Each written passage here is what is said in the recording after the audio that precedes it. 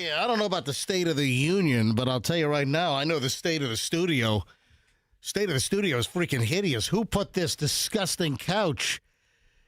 Yeah, I mean, this is not even like a real leather couch. It's like that fake leather, and all the surface materials like cracking off, and it's scratched, and it's a hideous bright red.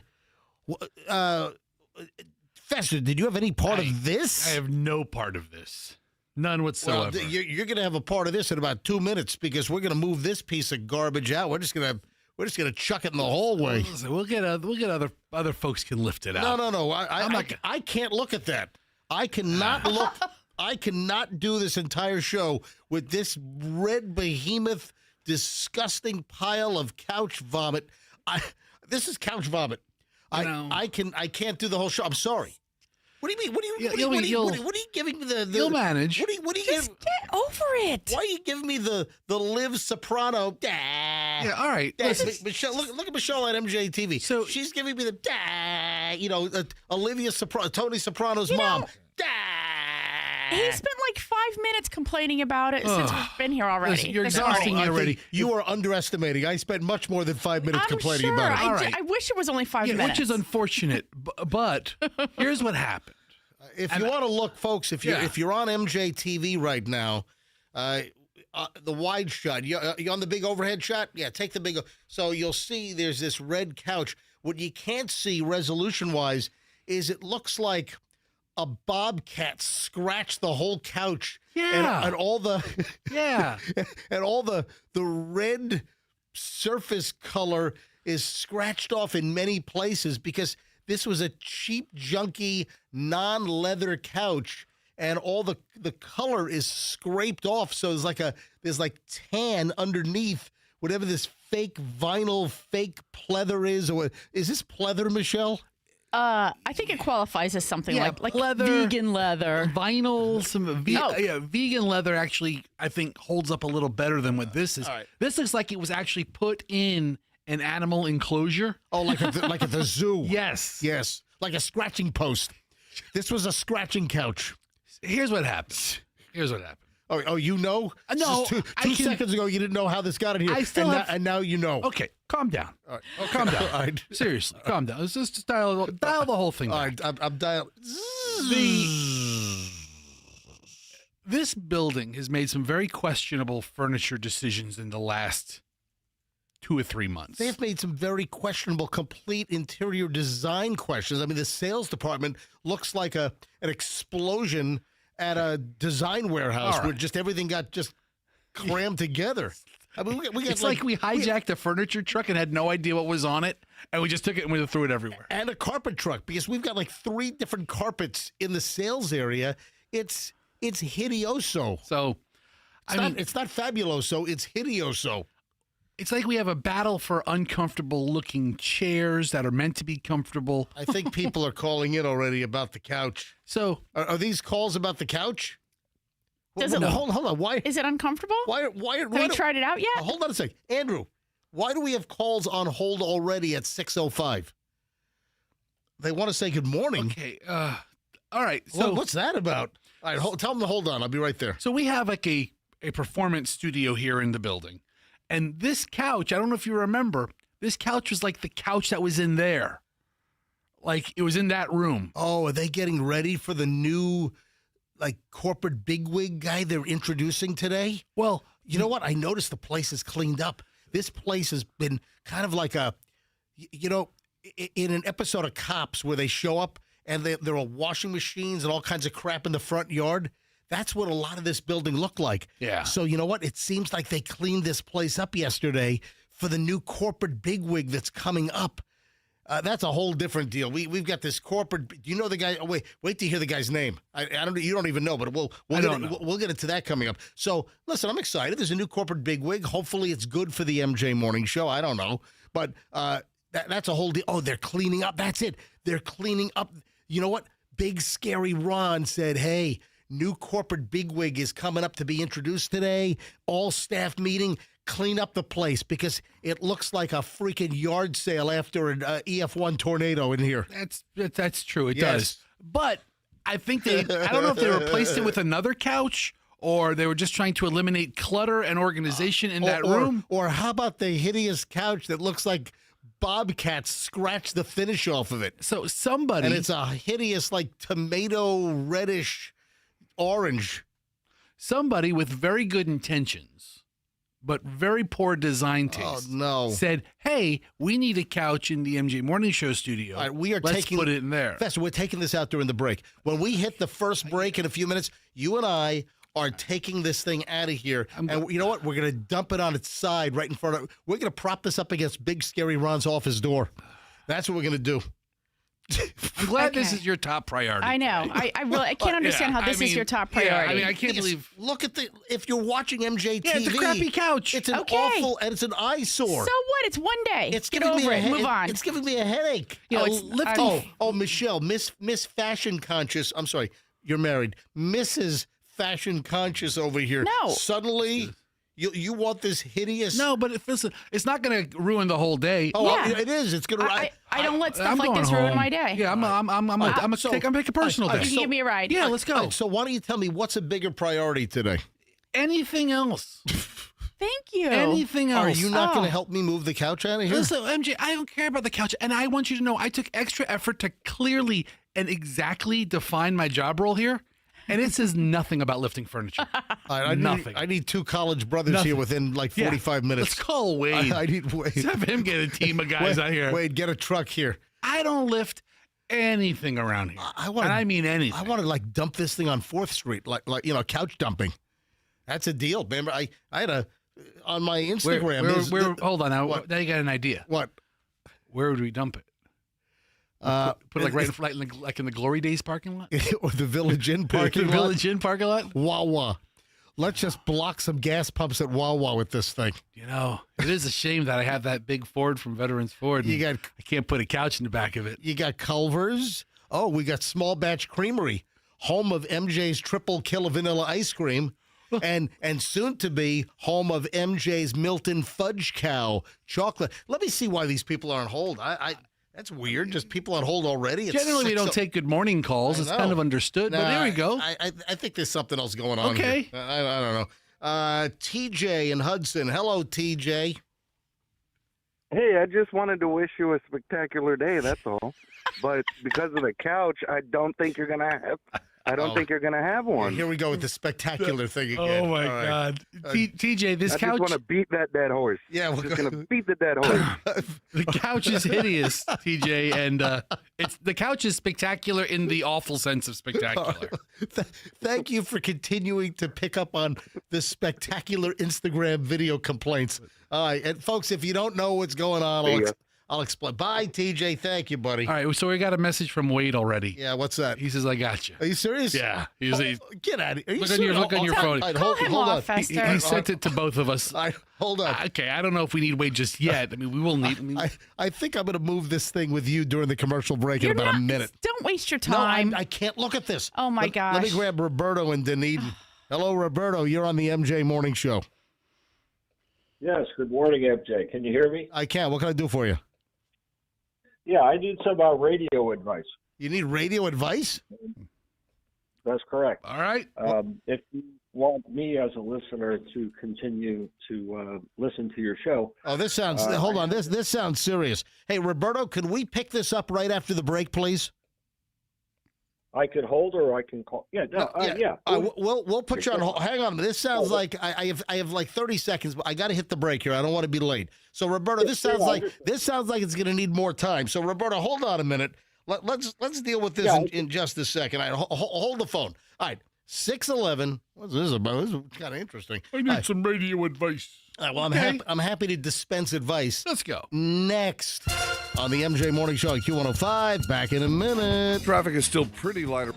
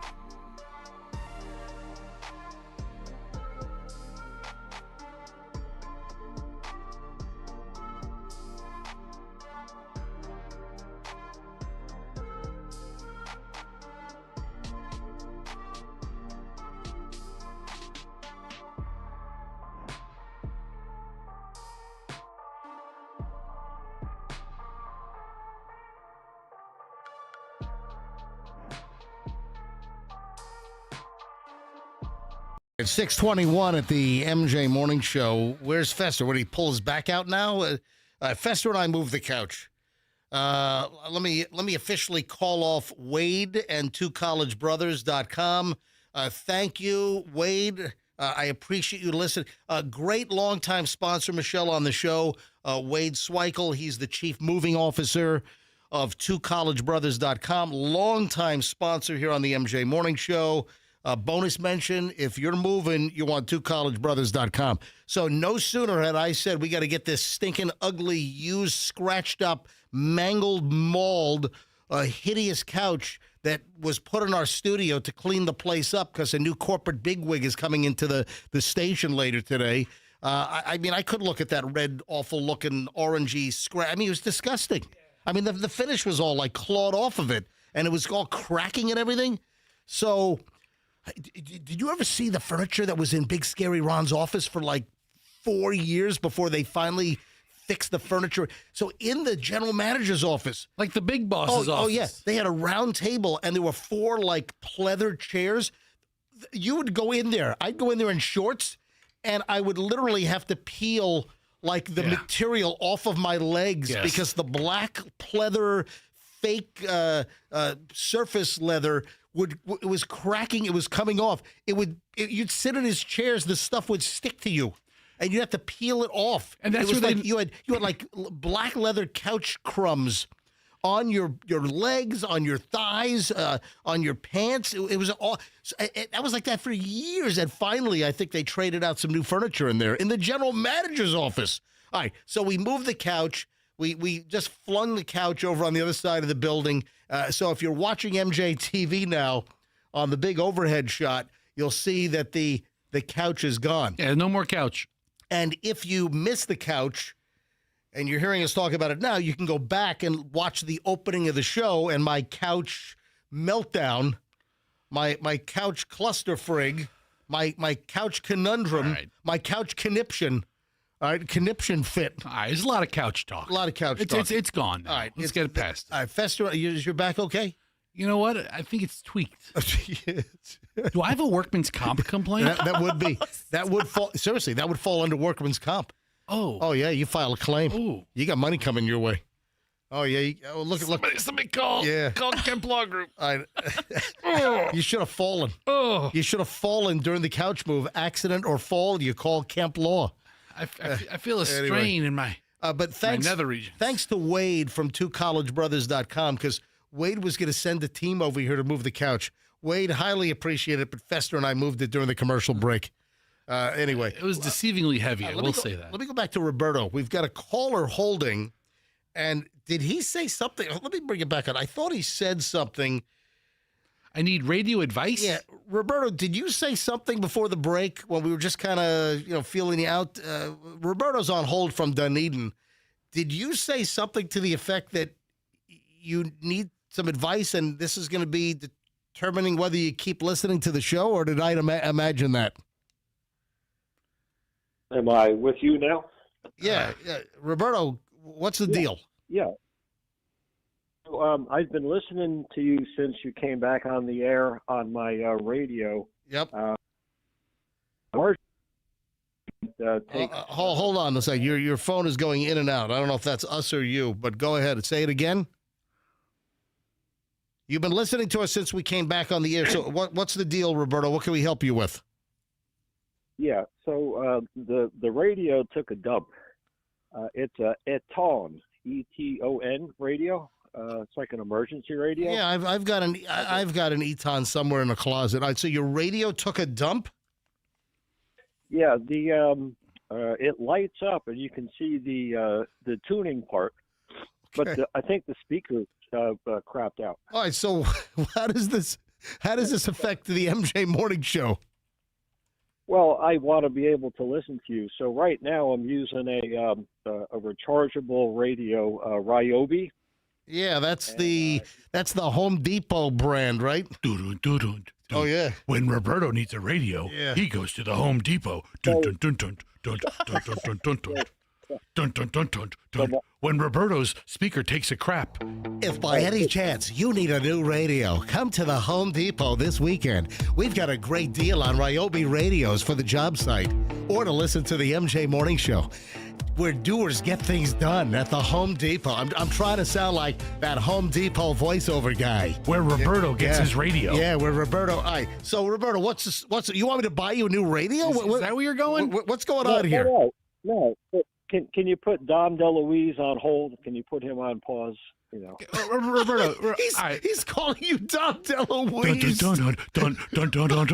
Hi, I'm Roberto, sitting at home naked, listening to the guys on the radio.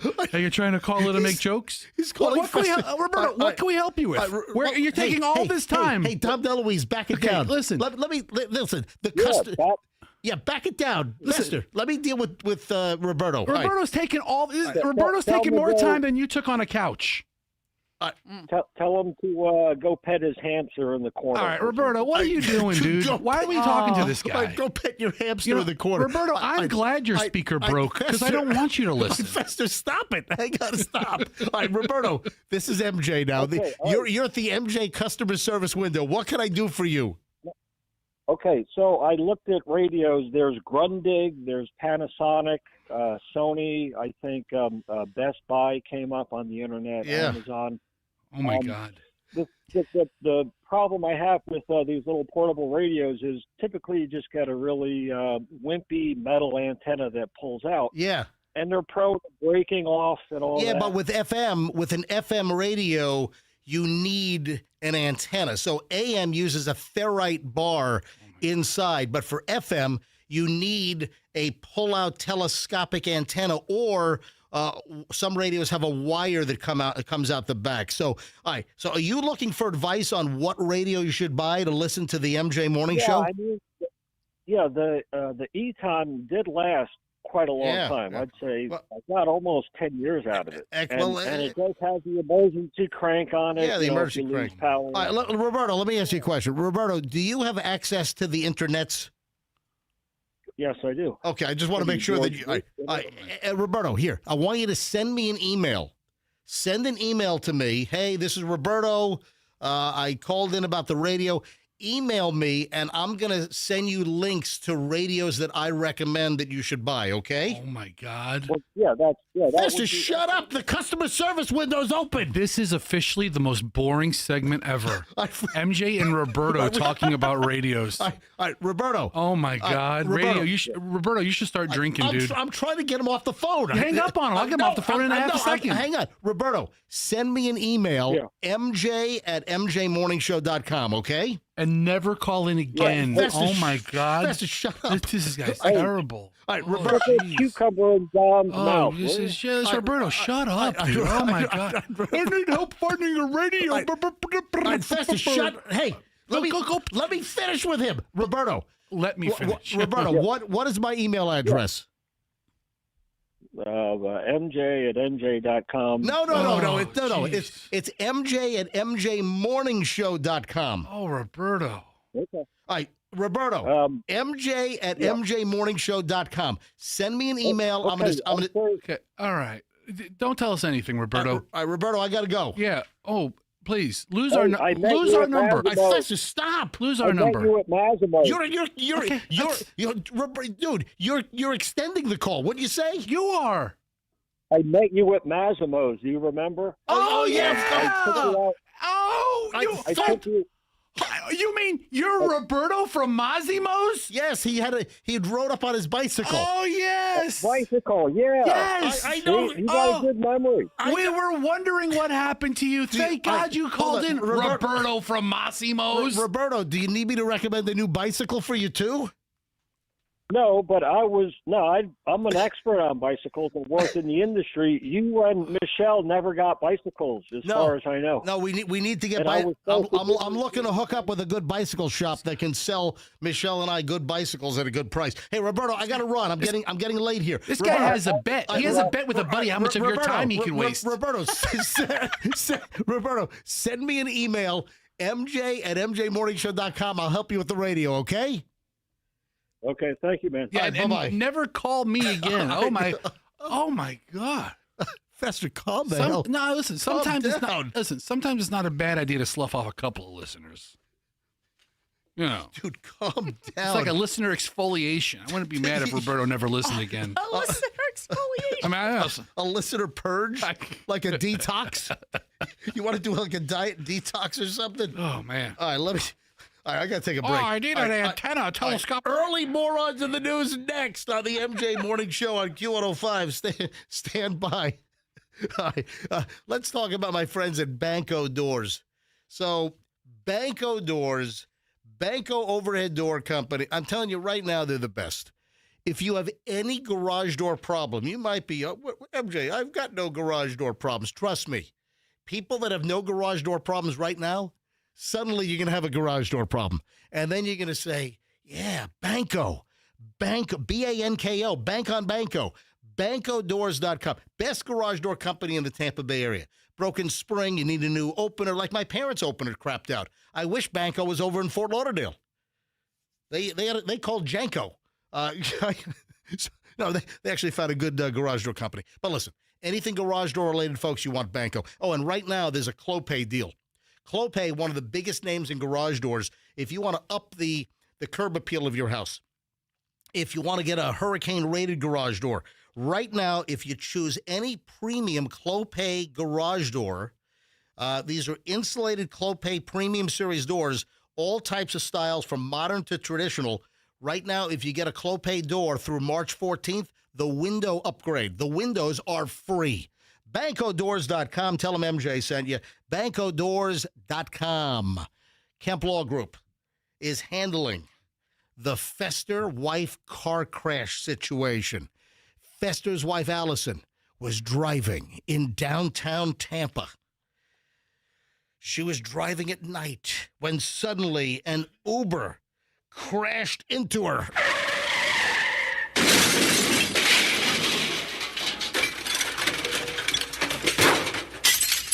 Actual audio from the crash, just like Toonces driving off the cliff. Folks, the team at Kemp Law Group is handling this spectacularly, brilliantly. So they're handling the fact that Allison's car was smashed in, over $7,000 in damage to her Tesla Model Y. And then Allison's back was all jacked in her neck. And, you know, listen, you get rear-ended by another car and you're not expecting it. Anyway, Kemp Law Group handling the case. If you're in a wreck, they should handle your case. You don't pay a dime until they recover. Accident or fall, you call Kemp Law, KempLaw.com, and tell them that MJ sent you. Hey, Andrew, something happened to my thing here. Oh, here it is. It's back. All right. Traffic is still pretty light around Tampa Bay. We do have one incident in Hillsborough with an accident on College Avenue.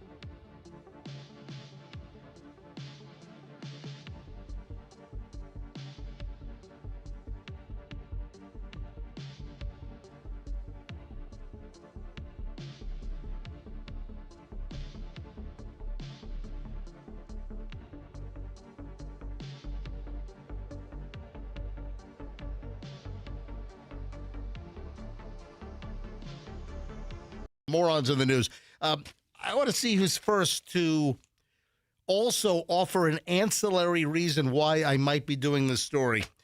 It always confounds me when people in law enforcement do illegal things. What are you laughing at? No, Why are you laughing? nothing. No, you're reading something. You're doing. What are you doing? Or is it something I said? No, it's. I found this fan in our promotions department. Jeez. And fans now. It's a portable handheld fan, Right. which is battery powered. Right. Which is just like one of those fans that you hold up to your face. And I found it in our promotions department. Yep. And I love a good fan. Right. And this fan is by a sponsor of the radio station, PG Men's Health. Right. And I turn it on, and it has should be LED shaped like a wiener. but it has like an LED light. Oh. And it says, Oh, As the fan spins, then Yes. the LED light appears in the fan blades with a message. yes. So Wow. I was just chuckling at the message of PG Men's Health in the middle of the fan blade. It ought to say, fix your wang. Yeah. I mean, broken wiener, call us. Longtime great sponsor here on Q105. We love these Yeah, guys. but Absolutely. Now I have a PG Men's Health Right. fan. We should give these away. We should. I like, Yeah. well, hold it up again to hold it up to MJTV. I Look love at this thing. fan. Yeah.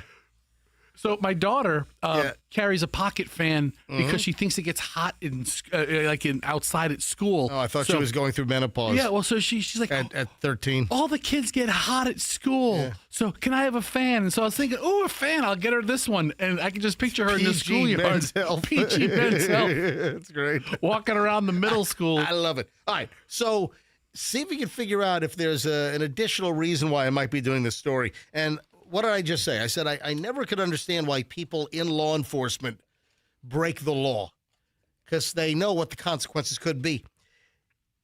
A former police chief in this location is accused of stealing more than $80,000 from the CI fund. Do you know what the CI fund is? Come on, you've watched enough TV. Criminal investigations. No, it's what's wrong with Michelle knows what a CI is. Oh, I know what it is. Okay, what is it? Is it a confidential informant? That's right. Yes, it is. I don't watch that many cop dramas. A former police chief from New Haven, Connecticut, Carl Jacobson, has been arrested. Turned himself in. According to the New Haven, Connecticut mayor's office, last month Jacobson suddenly retired after 3 assistant police chiefs confronted him about missing money from the confidential informant fund, where they pay CIs. I mean, this is a common, you pay a confidential informant to get good information on, whatever you might be working on. So there was a fund.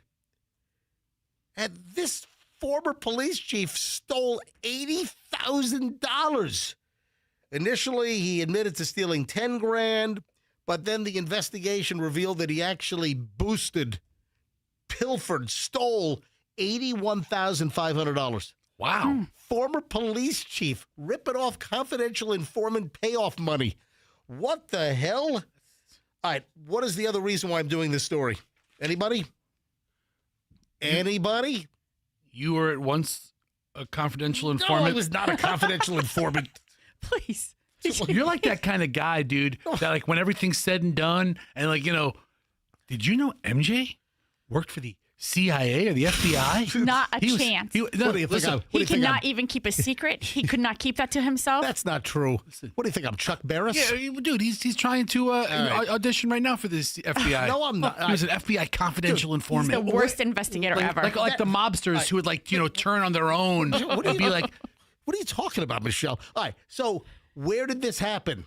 in Connecticut. Yes. New Haven, Connecticut. Right, so why might I also be bringing up the story? You're going to talk about that terrible New Haven pizza. Yes, oh man. my gosh. Oh, New Haven pizza, man. So bad. New Haven between Frank Pepe So bad. and Sally Abitz. Ugh, whatever. I'm not as much a modern fan. But you got Bar also up there. You got a Okay. couple other places. Anyway, Yeah. so New Haven pizza. Well, as soon as I saw New Haven, I didn't care about the confidential informant 80. You know how much New Haven pizza you can buy with $81,500? Oh my gosh. Oh, and if you're ever in West Haven, you got to go to Zupardi's. Zupardi's in West Haven is also incredible. All right, moving along. Lady Lake man, gotta love it, out of the Village's news. Lady Lake man ordered to stay off booze after hitting golf cart. Yeah. At Country Club. You are hereby ordered to stay off booze. You gotta look at this guy's mugshot. Is that verbatim from the judge? My printer's like running out of toner, but let me look at this guy's mugshot. He's like, ooh. I'm holding it up to MJ TV. He's like, arr, arr. Yes. A Lady Lake man's been ordered to stay off booze after hitting a golf cart at a country club in the Villages, Florida's friendliest hometown. Kenneth Eugene Matthew, 66, pleaded no contest last week to a charge of driving under the influence. He has lost his driver's license for 6 months, been placed on probation for 1 year, and must perform 50 hours of community service. He was driving a Chevy pickup back in September when he smashed his pickup truck into a golf cart in the parking lot of the Orange Blossom Hills Country Club. Yeah, that's a serious... The woman who had been driving the golf cart called police, and when officers arrived on the scene, she told them the driver of the pickup had gone into the country club. So the guy drives in his pickup truck, smashes and obliterates a golf cart, just gets out of his pickup truck, and then walks into the country club. I got a tea time. Probably to the bar. Yeah. Probably the 19th hole. Straight to the 19th. Oh, my God. Oh, man. Yeah, went into the country club, and he admitted he consumed 5 beers on the golf course. He agreed to take a field sobriety test. He said he was also seeing a doctor about neck and back pain, but he, just shot 18 holes? Listen, those 5 beers help with that pain, too. He did not perform well with the field sobriety tests, and then he also blew a .121 and a .116. Listen, when the judge tells you to stay off of booze, You know you have a problem. I just want to see a Chevy pickup truck just smash into a golf cart. I think, did it say Chevy? He did. Yeah. The bigger problem is, I know we're kind of having a little fun at the expense of Mr. Matthew. Matthew. It's Math like IEAU or something. Mathau. No, that's not like Walter Matthau. Okay. No, I don't know. Not spelled the same. I don't care that much. However, cars against golf carts. Oh, Yeah. Or, especially in communities that embrace golf cart culture. Dude, Right. there is a classic video from the MJ Morning Show where listen, don't get me started on golf carts because I don't understand the people that are driving on the regular roads with like little unstrapped kids in the back of golf carts or the back rumble seat in the back of golf carts, and you got 3 and 4 year olds sitting back there and they're driving on West Shore Boulevard or Lois or Kennedy in South Tampa. I'm like, what is the matter with you? Why are you driving your kids across where people are driving 70 miles an hour down West Shore? And you're driving your kids unrestrained in a golf cart? I don't get it. I don't understand it. It's nuts. Yes. Absolutely insane. All right, moving along. But anyway, back to golf cart safety. We did a test and we smashed a car into the side of a golf cart. Was it Inside Edition or a Current Affair or something? One of those type of shows did a whole expose on it? Yeah, and then we did our very own test and we obliterated the golf cart. No, didn't they do an expose on our test? I think they did. They showed our test. Yes. I think it was Inside Edition. Yeah, you're right. And then hold on, is this the audio? I don't know. Hold on. I thought they showed our video. Yeah, right there. Go back. Go right. Play it right there. Go. Okay. And we didn't take her home. In Myrtle Beach, South Carolina, where golf carts are allowed on most streets, we saw these teens riding around in a golf cart. Yep. But the girl behind the wheel was too young to have a driver's license, as required by state law. Here.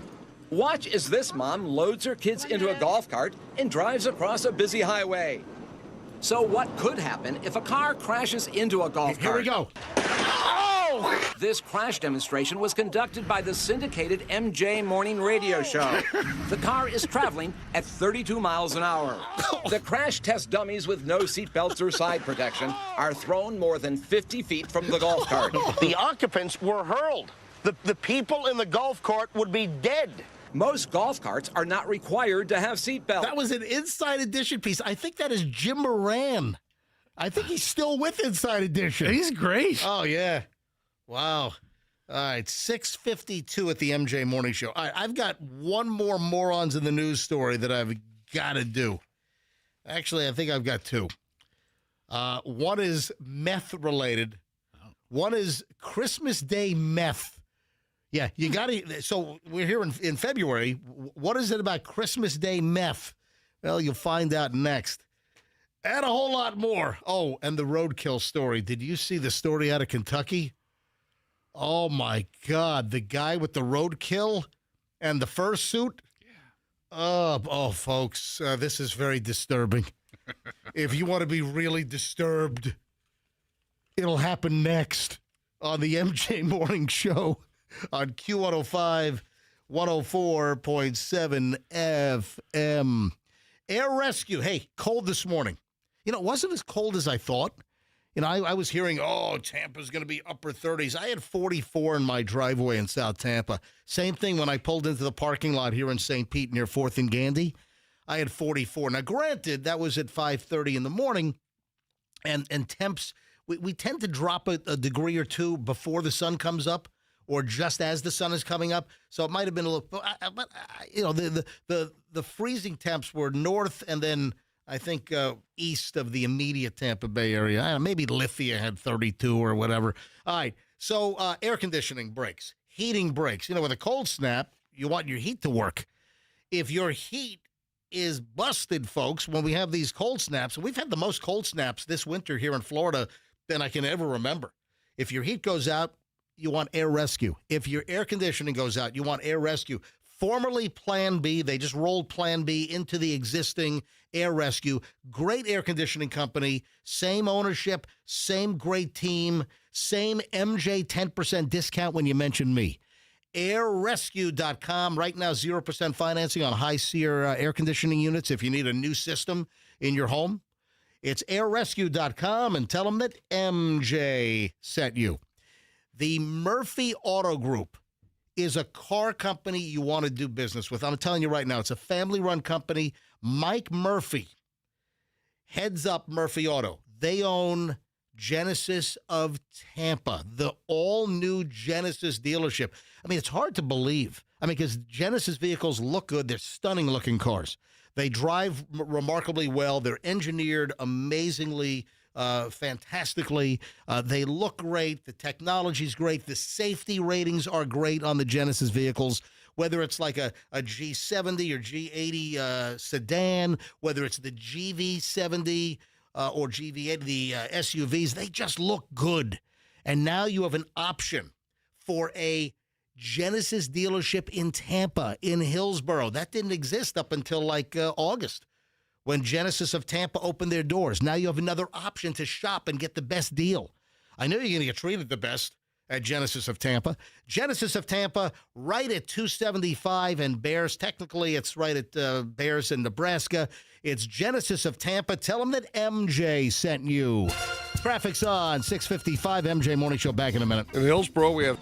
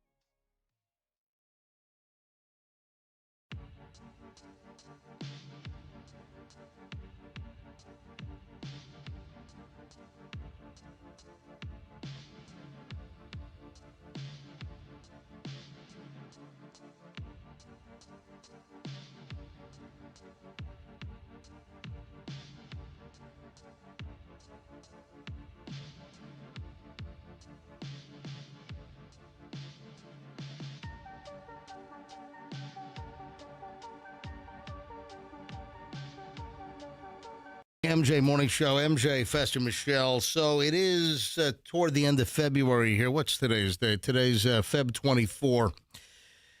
So why am I bringing up a Christmas story? If you could, Michelle, Fester, would you mind, if you don't mind, would you please name like Christmas drinks? Christmas drinks? I mean, there's really one that comes right to mind. Think of Christmas. I mean, eggnog? Gross, but yeah, that's the only one I can think eggnog of. is a Christmas drink. Maybe warm cider or some kind of apple-y beverage or that's like heated up with cinnamon sticks in it. Or a peppermint flavored kind of drink. Something with peppermint. Don't like the coffee places do like a that's for all pumpkin spice. No, I'm talking about peppermint, like candy cane. Yeah, no, he's right. Pumpkin spice rolls through Thanksgiving time, but then it goes right to peppermint. That's like Halloween. So yeah, I mean that's fall. But for winter flavors, you think of peppermint, maybe like a white chocolate peppermint frappuccino or something. Well, I'd like to add a new Christmas drink to the list. How about coffee with meth?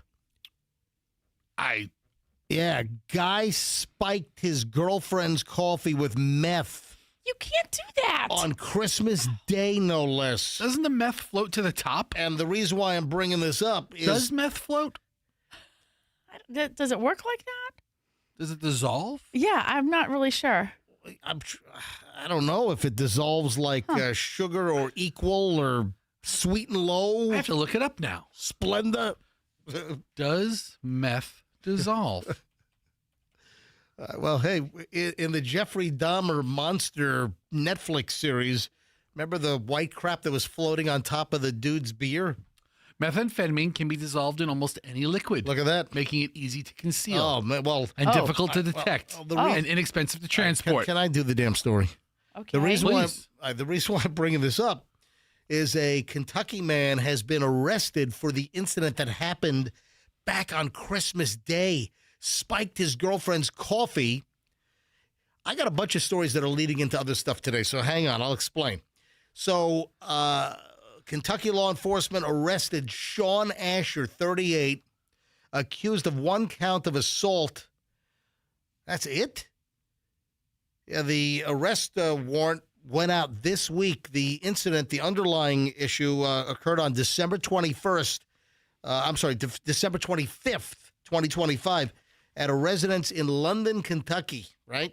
The woman said she was drinking a cup of coffee while watching her child open Christmas presents that morning. Yeah, that's right. At some point, Asher allegedly said she was about to find out what he had done. Yeah, you're about to find out what I done, woman. I put meth in your coffee while you're watching your kid open up some Christmas presents. You're about to find out. You're about to find out what I done. Woman, what the hell? And then the man told the woman about putting methamphetamine in her coffee. After she kind of panicked, she visits the hospital to have lab work done.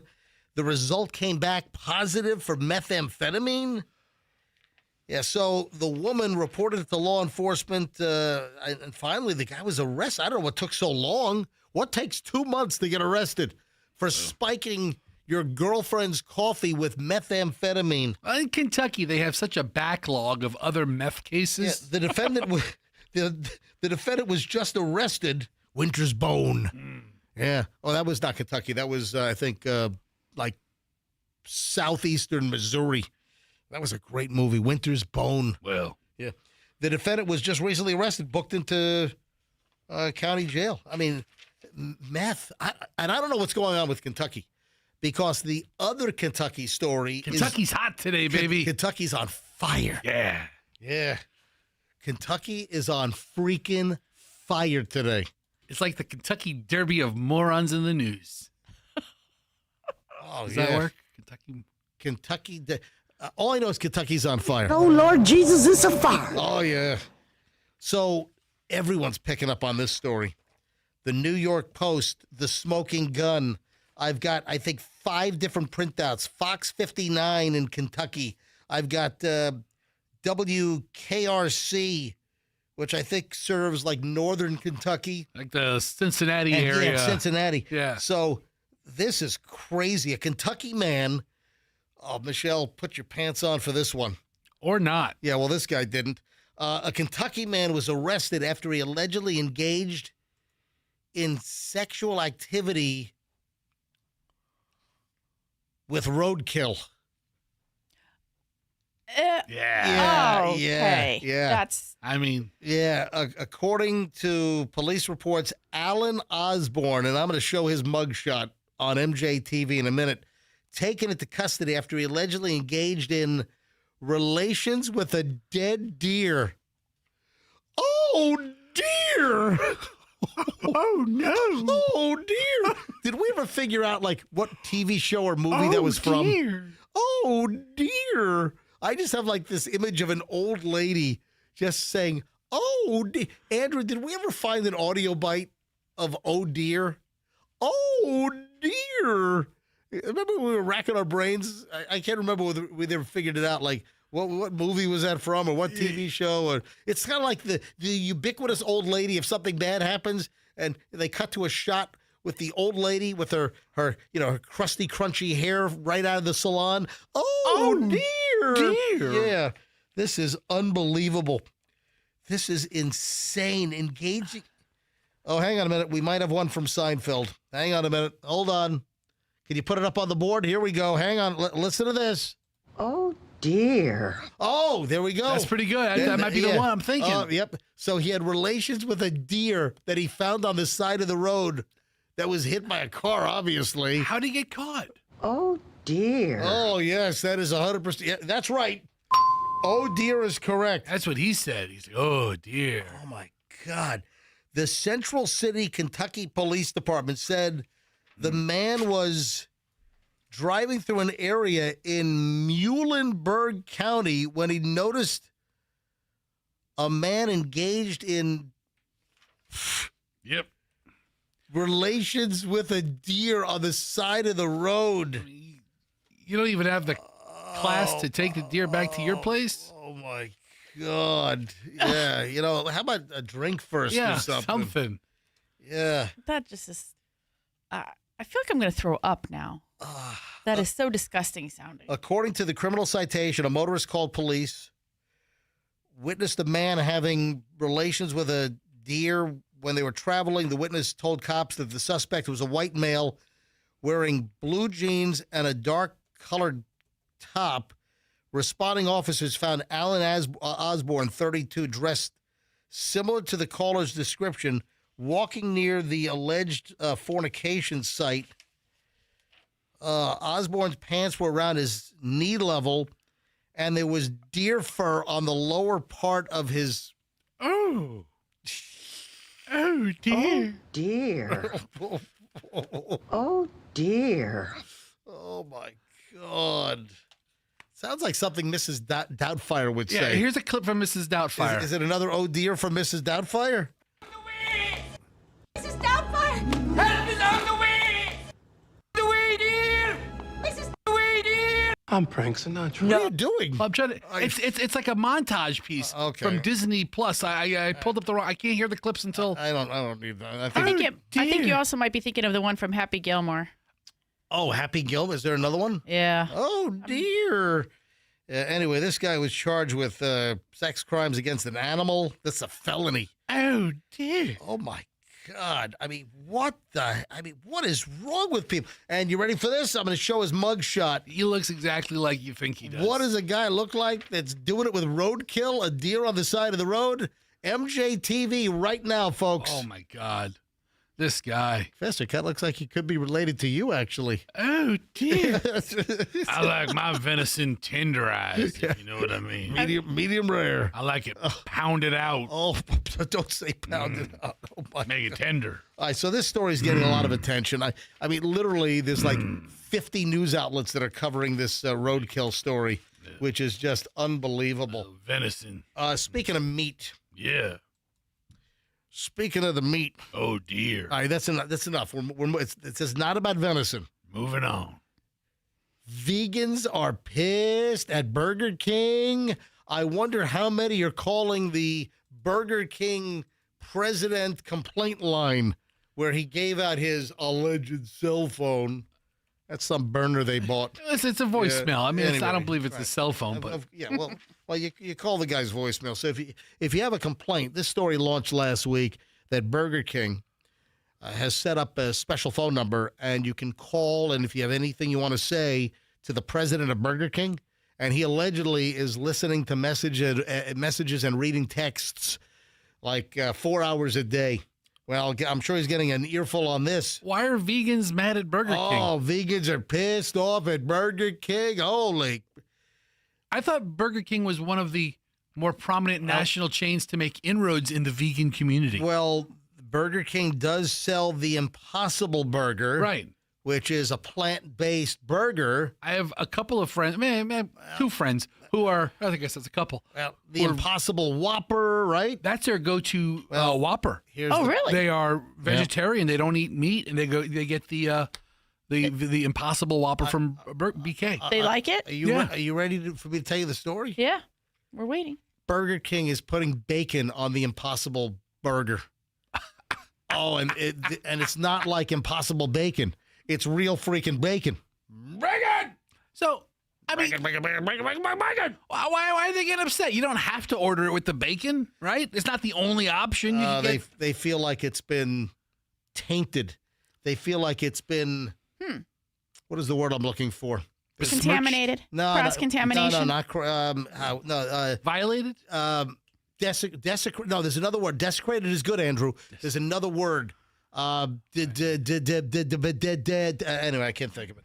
I'll think of it probably at 10:15 this morning after the show. I'll be on the bridge. Oh, I know the word. Dolores. I know the word I'm thinking of. All right, so defiled. Defiled. I think that's it. I think that's it. All right, so I typed in desecrated and thesaurus. Yeah, and it came up with profaned, violated, defiled, contaminated, besmirched. Oh, besmirched is a great word, but it doesn't apply to this. And dishonored. Besmirched is more of like a verbal situation. Yeah, I'm with you. I like defiled. Defiled. Yeah, it's been defiled. So vegans are pissed at Burger King that they're actually putting bacon on the Impossible Burger. So here you're going meatless, and then you're putting meat. You're putting bacon on the burger. Are they pissed about like American cheese? Is American cheese vegan? Well, no, because it's an animal product. No. So is it? I don't know. It's like a processed product. I don't know. No. It's like real cheese. Listen, is cheese. Dude. If you're a vegan, you don't do any animal products. Yeah, but like American cheese isn't.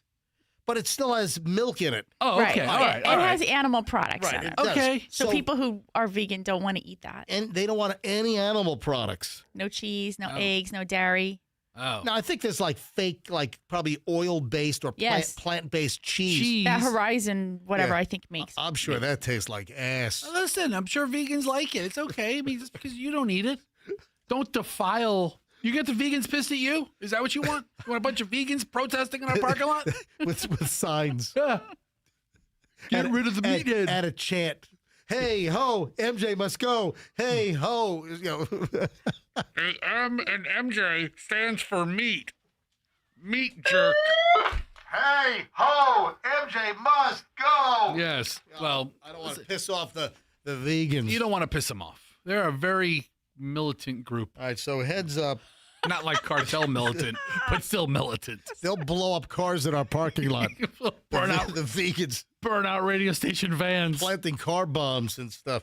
All right, so there's an issue here. So if you're vegan, I don't know if you know that Burger King's now putting bacon on. Hey, speaking of food, Michelle's all excited about this.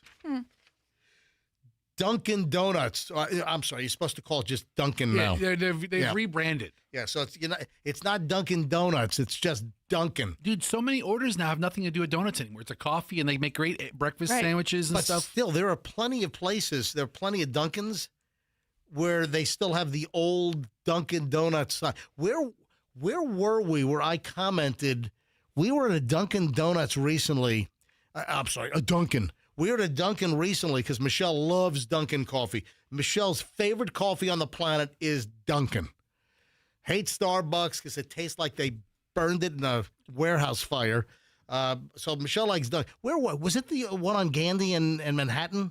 You probably went and got it for me. Yeah, the sign's all like faded, and I think it still says like Dunkin' Donuts, like the old logo. And it'll get replaced sometime. Yeah, anyway. They'll get around to it. So Dunkin' is testing a massive 48-ounce bucket of like iced coffee. Fester, you're going to love it. Dude, it comes in like a paint bucket looking thing. Oh, wow. Isn't it so cute? Look at this thing. That's great. It's shaped like a paint bucket, and it's got like the strap handle, and it's got like the lid. Is it to be portable?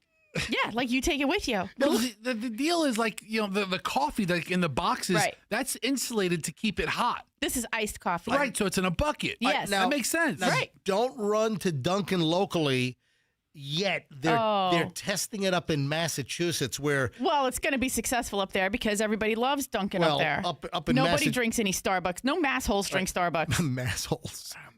I mean, honestly. If you're an a-hole from Massachusetts... No, if you're just from Massachusetts. You're a masshole. Mm-hmm. You flying masshole. All right, so in Massachusetts, there's a Dunkin' every 7 feet. It's a beautiful thing. It's all... So lovely. I don't get it.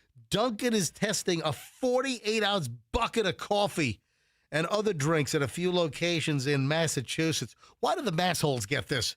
Yeah, 48-ounce containers with a unique lid. Yeah, it looks like one of those lids that go on a big 5-gallon bucket of paint. You have to pry it off. I'm getting my house. I'm getting my house painted right now. I'm getting my house painted right now. For the first time in 22 years. That's how long. And Michelle, I don't even think we needed to paint our house just yet. Probably not. But it could use a coat of kip. But man, my paint job I'll tell you, shout out to Coronado Paints, or at least the original recipe, man. Elastomeric and 2 coats of latex. The reason why I'm bringing this up is I've got these paint buckets all over the yard, and the 5-gallon paint buckets. Hey, you know where my paint came from for the house? Tanner Paints. Tanner Paints, baby. Yes. Tanner Walker. And you want to hear something great? You got the house painted coffee hang color? on. Hey, no. Iced coffee color? Dude, you've got to hear this. You've got to hear this. Okay. The same company that painted my house when we built it is painting it again. And the foreman, the lead guy on the job, was on my job and painted my house when we built it 22 years ago. What? Yeah, is that amazing?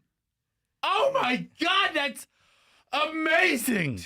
Anyway, I don't know if it's that amazing. The bucket of paint looking thing at Dunkin', hopefully it'll come to Florida. Yeah. It's in the right spot because, if you want to go to Massachusetts to have the corporate office embrace it. All right, here's the deal. Formerly, the largest size offered at Dunkin' was 24 ounces. This is doubling it. This is double, 48 ounces, and it's shaped like a mini paint bucket. I'm a fan, and it looks like the bucket's reusable. Oh, it does. Go back and refill it. Yeah, with the carry handle, like a paint can and everything. Here's my question: it doesn't fit in any car cup holder. No, it does not. So. No, you need a flatbed. You're going to be barreling around, you got to put it in a flatbed. Hugging a big barrel of coffee while you're driving. Man, I love it. That's fantastic. All right, 7:19 at the MJ Morning Show. So, are you hanging out? Are you staying with us, Fester? We got to figure out what to do. So, hang out like today or in general? No, today, because we leave right after the show. And we just have an inconvenient situation here at the station a little later on. And then Michelle made like a proposition to me. Oh yeah. You know what? She did. All right. So we got a little situation we'll explain coming up. And well, little internal, back little behind-the-scenes view on something. Yeah. We'll give you that coming up here on the MJ Morning Show. A couple of Savannah Guthrie mom stories we got to get to. Oh, did you see what ChatGPT is saying about the Tampa Bay area? What? This is nuts. So this was a story I saw over the weekend. I didn't get to it yesterday, but this is certainly, I think, worth talking about. Yeah, you're not going to believe what ChatGPT is saying about you peoples here in the Tampa Bay area. Holy crap. I will tell you next, and a whole lot more. We've got an hour and 20 minutes of nonstop MJ, and we're loaded. That doesn't even scratch the surface on what is next. If your carpets need to be cleaned, the only company to call is Zero Res. Zerorez. Also, little fact here. Did you know that Zero Res is the same spelled backward and forward? Zero Res. I mean, look seriously. So Zero Res is the yes, Fester? That's a portmanteau. Yeah. Yeah, like a word that can be spelled frontwards and backwards. Thank you. Zero Res. Like wow or race car. Yeah, there you go. All right. So here's the deal. Zero Res, they don't use the chemicals, the soaps, and the shampoos that other carpet cleaning companies use. That leaves a residue, and the residue attracts dirt faster, so it's like counterproductive. So that's why you want Zero Res to clean your carpets, because they use ZR water. It's a patented electrolyzed water process. Carpets get cleaner, and they stay cleaner longer. But right now, 20% off. All standard services at Zero Res, 20% off for the rest of February. Hurry, book the job now. 20% off. Air duct cleaning, 20. Dude, I got it. It's a palindrome. I got it wrong. It's not a portmanteau. It's a palindrome. Yes, a palindrome. Oh, I'm sorry. Apologies. I meant to correct you. Sorry to all my English teachers. I thought it didn't sound right. Yeah. All right, so Zero Res, 20% off right now. Air duct cleaning, carpet cleaning, you got to tell them MJ sent you. ZeroResTampaBay.com. That's ZeroResTampaBay.com, and tell them that MJ sent you. So, you need window and door replacements. You're bombarded with radio commercials and TV spots. Who do you really want to put in your window and door replacements? It's the dude with the cookies. You want WeatherTight Mike. That's who you want. WeatherTight Windows. They have a stellar reputation. I mean, look at their reviews. I mean, I have heard from many listeners. MJ, thank you so much. We needed window and door replacements at the house. You know, the house was X number of years old. We called WeatherTight Mike. The crew came out. They did the whole estimate. They gave us a whole education. People rave about dealing with WeatherTight Mike and WeatherTight Windows. Bottom line is, you've got a window that's made here in Florida. It's a PGT custom window and door. That's all WeatherTight uses. And then, of course, the installation is key and it's top-notch. WeatherTightWindows.com. WeatherTight Mike. Please tell them that MJ from the MJ Morning Show sent you. And right now you got rebates, $200 per door, $100 per window. WeatherTightWindows.com. Don't forget the cookies. Tell them MJ sent you. Traffic's on. MJ Morning Show, 1 hour, 20 minutes nonstop. Next. I-4 westbound has heavy volume from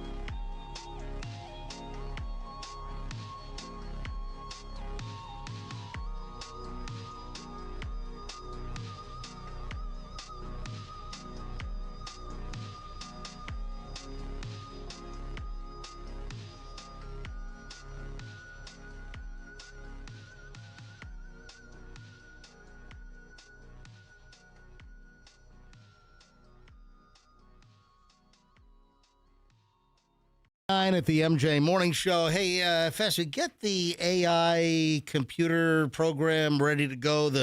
What is that thing called? The Sono? I think it was Sono. Anyway, there's this website that we've used, and we haven't done it in a long time. It's been, I think, a couple of months since we've generated an AI song on the fly. Suno. And we have a request. Somebody sent me an email, and they want us to create an on-the-fly AI song, and that'll be coming up in just a bit here on the MJ Morning Show. This little behind the scenes here quickly, folks, and people seem to like some of the behind the scenes and what makes the sausage here in the radio business. So, God, man, big all-staff meeting called for today. Originally, the all-staff meeting was 10 a.m. All right, fine. That's good. 10 a.m. The morning show's over right before 10 o'clock. Can you stop stirring stuff? I've got ice clinking. No. I mean, we did the last segment about Duncan having the 48-ounce iced coffee, so it motivated me to make an iced coffee. And I'm trying to do the show, and I got just Fester stirring a metal cup with ice. I'll tell you what. Give me 10 more seconds. No! 10, 9. Don't get it on the 8, new microphones, dude. 7, I'm done. 6. I'm done. There's no lid on that thing in our brand new studio. He has a lid. I have a lid. Put the lid on now. Hold on, I don't need you staining our carpet. I gotta add a creamer on top as a floater. Oh, jeez, dude, I've got to do. You do your thing, man. Not while you're distracting me. Hold on. Let me finish. All right, now I'm done. All right, jeez. All right, so that's good. Boy. All right, big staff meeting called for today. Yes. It was 10 a.m. 10 a.m. staff meeting. Right, so that's fine. We shut the show down about 9:53, 9:54, and then 10 a.m. we roll right into this big staff meeting. We walk into this meeting like kings. We sit in the back like a bunch of smartasses and let them have their meeting. So they're introducing some new corporate guy today. Oh. Yes, some new corporate bigwig. So, big meeting was scheduled for 10. Mm-hmm. Then we get an update. The meeting is now scheduled for 11:30. What? Son of a bitch! 11:30? Really? That's the worst time ever. Why don't you just make it 4:30 in the afternoon, and I got to come back during rush hour traffic? Aren't most of the employees drunk by 11:30? That seems really late in the morning. Wait a minute. So, what am I going to do for an hour and a half? We're home. We finish the show. We go home. And I got to sit in for an hour and a half? Oh, they're making small talk with Joan? What do they want me to do for an hour and a half? God. Michelle, do you have any ideas of what we can do? Oh, wait, I haven't even gotten to the best part of the story. I don't know. I got to fill everyone. The best part of the story is coming up. All right, what can we do? Oh, I think I know what we can do. We're going to go have breakfast. Yeah, let's do Morning show breakfast. Morning show breakfast, which, All right, so 10 o'clock. Do you have a place we can go for breakfast? Well, the Village Inn is right down the street. Village Inn is a great spot. We've done Village Inn before. Sure. I was thinking the Skyway Diner place. It's just right down the way. Ooh, Skyway Diner. Is that what it's called? Or we can go to Peepo's. Let's go to Peepo's. You can get they make great egg and bacon Cubans over there. Maybe they do. We can go to Peepo's, too. All right, so we'll fill time. Maybe we could go to both places. We've got to fill an hour and a half because for the morning shows, talk about an inconvenient time. I mean, already we're pissed off. Ooh, that Skyway Cafe does look good. Doesn't it? We're supposed to embrace the new guy after they're detaining the morning shows for an hour and a half after the morning shows end? I don't think it was the new guy's call. I don't know. I don't think he... All right. But what if the new guy's like, I don't get out of bed for a meeting before 11 a.m.? But wait a minute, this is the best part. What's up? The new corporate bigwig with some fancy title. Mm-hmm. C-suite stuff, So, big fancy title. The new guy's name is Jeffrey Dahmer. No. Shut up. You're making this up. It's like one letter off. Dude, it's Jeffrey Dahmer. Damer. How the hell am I not going to call him Jeffrey Dahmer? I mean, As soon as he says, "Hey, I'll void your whole contract and fire you if you say it one more time," and then you're like, "All right, haha, joke's over. Okay, you got it, boss." I mean, that's how. Never hear it again. Yeah. The guy's name is Jeffrey Dahmer. So we got a big meeting with Jeffrey Dahmer today.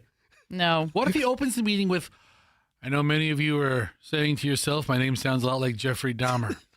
Well, I will kill and cut you up and eat you if I hear you say that. Your head will be in my fridge." I will give you beer with a little sedative in it. Just be careful. Anyway, I mean, how can I not think of Jeffrey Dahmer, man? Big meeting with Jeffrey Dahmer today. So, after we eat breakfast, we'll come back and meet with Jeffrey Dahmer. Now, will he be sharing an office with Jim Epstein? No.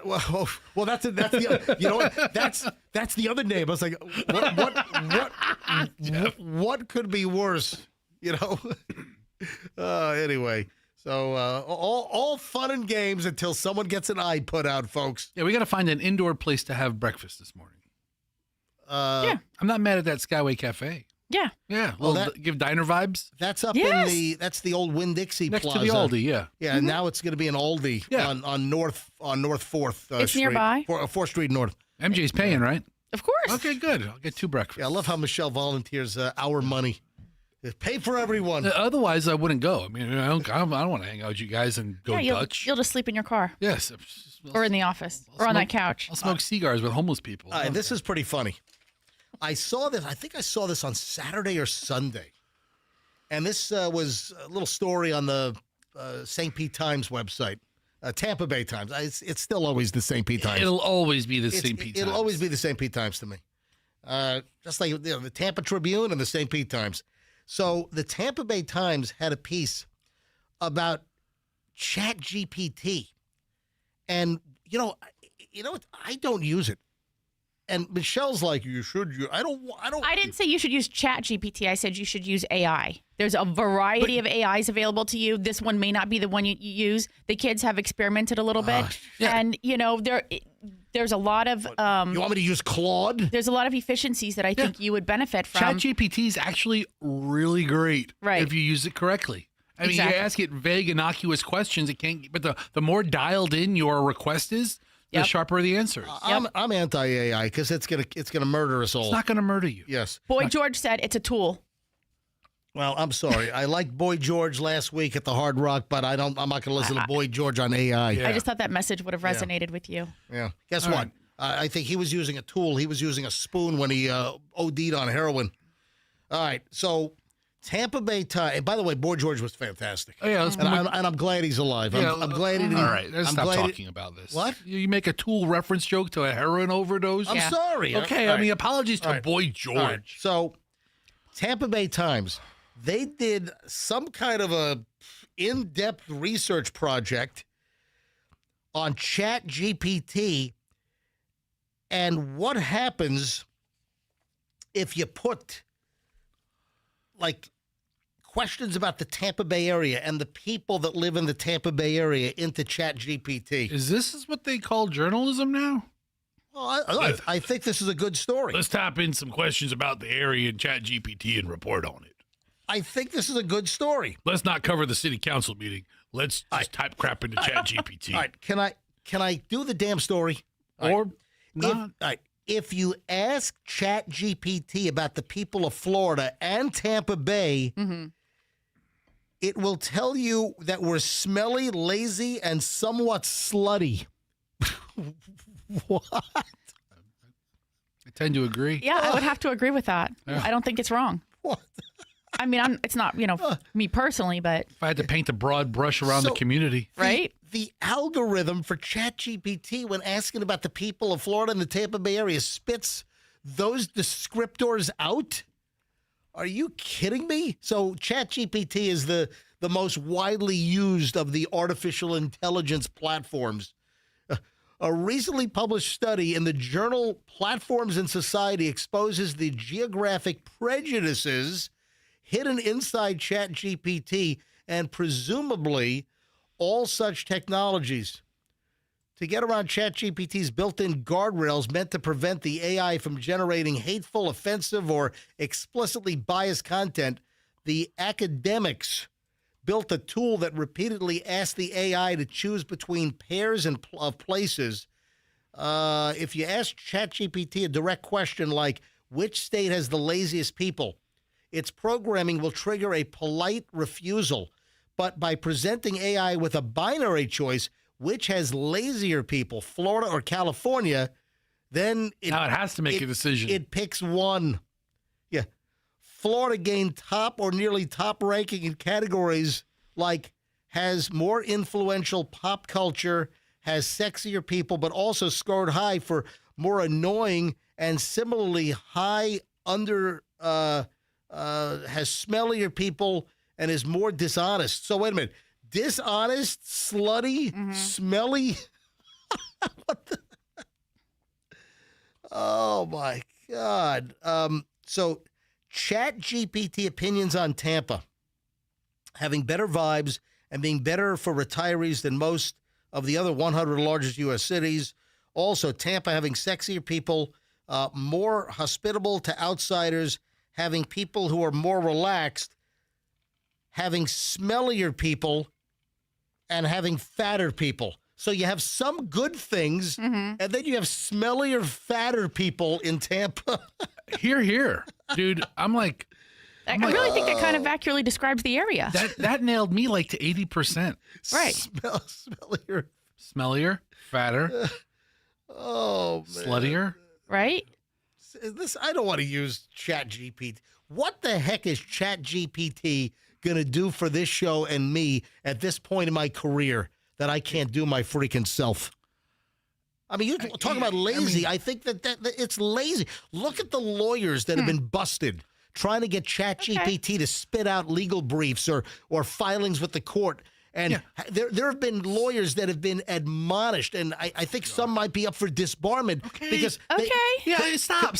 You're right. The lawyer shouldn't file legal documents based off of ChatGPT. But you know what? It can replace a researcher. Right. It can give you information that you can verify on your own. Right. Give you a head start on stuff. I mean, smellier, fatter guy. Listen, in Tampa. Yes. Yes. Okay. I just thought it was funny. All right, Michelle, what's year of the crack? I guess this is going to be the year of the crack. Who determined that this is year of the crack? It looks like Vogue. Vogue says, "Welcome to Year of the Crack." Is that it? Yes. And can you explain, please, what Year of the Crack is? I guess they want to.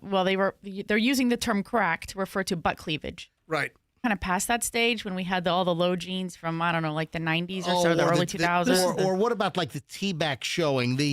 Right. You might see some of that. The low-rise jeans with like the T-back or the thong underwear kind of peekaboos. Peekaboos. Thank you. Thank you. Hey, when you go to court, you want to have the peekaboos showing. Listen, I think what's old is new. Yeah, you know There's what? a new. It's been 25 years. It's a new generation of people, and they think they've just discovered ass cracks. Ass crack is new.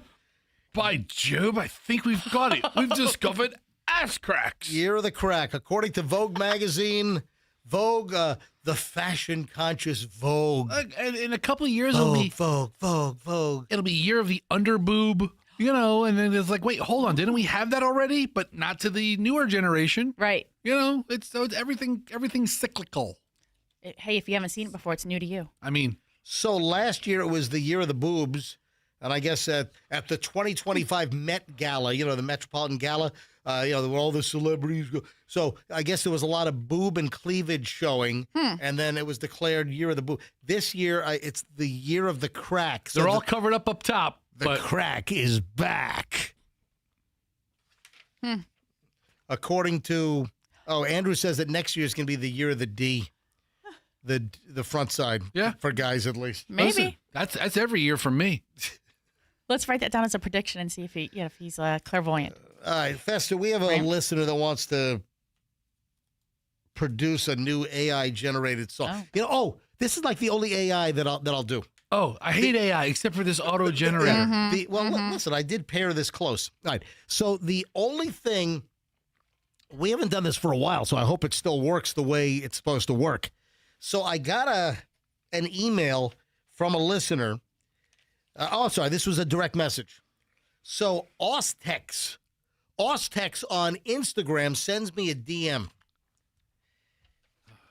Hey, MJ, I'm listening to the podcast from today's show, and I'm at the segment about Fester's 2010 Cadillac DTS that passed away recently. Yeah. That's why Fester got a brand new Veterans Ford F-150. Yes. One of the 2025s with 0% financing for, 5 years? Yep. That's a good deal, dude. So, Ostex wants us to do a song. Do you think it would be a good idea to use the Suno AI app to make a song in memory of Fester's Cadillac DTS? It was such a good car. 2010, peeling paint, seatbelts that didn't operate properly, water sloshing around in the lenses of the turn signals. It was essentially a sports car. Should have put a goldfish in there. If I could, I would have. Yeah. Little fish tank on wheels. It would have died when I turned the lights on, but. Bald tire, all kinds of stuff. And then Fester just spent $1,800. Well, let's get something straight. Yeah. The transmission is like a $6,500 job. Yeah, so Fester. I got a friends and family discount on the tranny. Yeah, Ross hooked you up, man. Yeah, I mean, Ross put me together with this really good tranny. Oh yeah, so Fester gets a tranny for $1,800. I mean, dude, I know guys that paid a lot more for a tranny. Yeah. A lot more for a tranny. So Fester gets a brand new tranny. Yes, a great tranny. Takes it out for a spin. Oh boy, how was the ride with that tranny? Was that a good tranny ride? I put that tranny through the paces, boy. Right, I'm sure you did. For the couple of months that I had that tranny, forward and reverse, right? I worked it out both ways. Every way. You like it both ways, don't you? Every way. All right. So shifted so smooth. So he gets a brand new transmission in the 2010 Cadillac DTS. Then the engine blows up. Yeah. All right. So Ostex wants us to do a song. So this looks different, dude. It's the welcome screen. Suno, then you chat here to make music, and then hit create. All right, hit create. All right, let's go. All right, let's go. So let's try to spit out. I only want to take like less than a minute on this. Well, then this is the wrong time to do it. No, it's the right time to do it. Let's take 14 seconds and come up with a whole song about this. It's going to take us a minute to even talk about. I have the terminology that I want to enter for it to spit out a song. Why don't you I'm ready to go. Coherently tell me what you want to type in. Hit create it. Oh, you type it in here. They changed the home screen. Is what it just looks different. Okay, right, type in. Fester is despondent. What's a good word? That might be. I thought you said you had the words. Yeah, I thought you did. You just said you had it all in your head. Fester is devastated. Fester is devastated. Devastated. Dude, please just spell it right. Fester is devastated. It'll correct. I ought to have Michelle do this. Dude, all right, Fester is devastated. I'm not even devastated. Right. I love the truck. No, you're I'm actually feeling really good about the Cadillac dying. He is. I'm actually grateful the Cadillac died because I got this great brand new Veterans Ford truck. For the sake of the freaking bit, can you be devastated about your 2010 Cadillac dying? All right. Fester's devastated. That his 2010 Cadillac DTS 2010 Cadillac Cadillac DTS died a painful death. I don't want it to think I was in an accident. All right. Died painful death. DEATH. The transmission fell out. All right. No. I'm sorry. The transmission's new. The engine blew up. Yes. The engine blew up. Engine blew up. Yep. The engine exploded. Hold on. The engine exploded, and it blew a tranny. Don't take. Why? Because that's the term. The tranny's new. It's a joke now. I'm not even devastated about the car. Blowing a tranny? Yeah. All right. It's a real automotive term. What else should we add before we generate the song? The car was a disaster. Oh, the paint was peeling off. Thank you. Peeling paint. And bald tires. Bald tires. Tires. Broken headlights. Okay. But Fester's happy now because he has a brand new Ford F-150 from Veterans Ford. I put that in there. Infested with ants. And smelled like cigars. I can't wait to see what. All right. I can't wait to see. Do you want to put in that you're happy though? But now Fester is happy because he has a brand new Veterans Ford F-150. And let's see what this spits out. Ford Folks, we're about to generate a song. 150 from All right. Veterans Ford. No, I gotta change it. I gotta change it. Spell it right. Fester has a New a Ford. spectacular. Oh, great. Here comes spectacular. Here's the spectacular word again. Yeah. New Ford F-150 from You got to spell veterans right. VET. VETERANS. Veterans. Veterans Ford. Let me go back. Ford. Yeah. All right. Now take the S off of Ford. All right. Hold on. Let's create it. Let's go. Hold on. I'm not done. Oh, jeez. And he Wait for it. Very happy. Yes. All right. Let's create the song. Fester is devastated. Okay, here we go. Let's go. Create. All right. Create the song. All right. Song's almost ready. Hold on. All right. Go ahead. You got to put your phone number in now? Okay. They changed this now. Okay, hold on. After all this, we better have a freaking song. I hope so. All right, Fester's putting his phone number in. Dude, you didn't put your right. Dude, you didn't. Dude. Hold on. You didn't. Dude, you didn't. Hold on. No, you didn't send it to the right number. Let me go back. Hold on. Listen here. 813-318-844. Jeez, man, you can't even put your own phone number in. Stop. Listen. Us rushing and us taking our time and doing a good job are two totally different things. So calm down. All right, I'm calm. No, you're not. You're calm. like, hurry up. We got to go through steps here, dude. I'm zen. No, you aren't. Yes, I am. You're Nez. You're like Nez. the antonym You're of anti-Zen.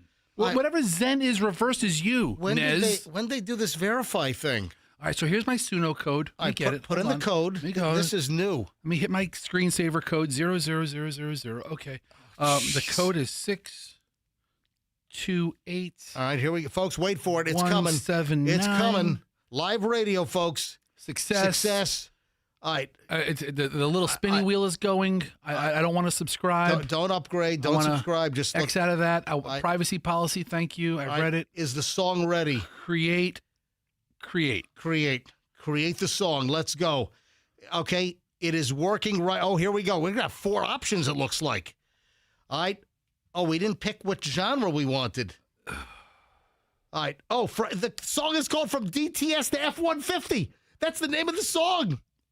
All right, we're generating. All right, which one are we going to choose? We'll start at the top. All right, let's go. Play it. It's still spinning. Hang on, it's still working. All right, come on. Here we go. It's giving me a play button. All right, let's go. Hit it. Here it is.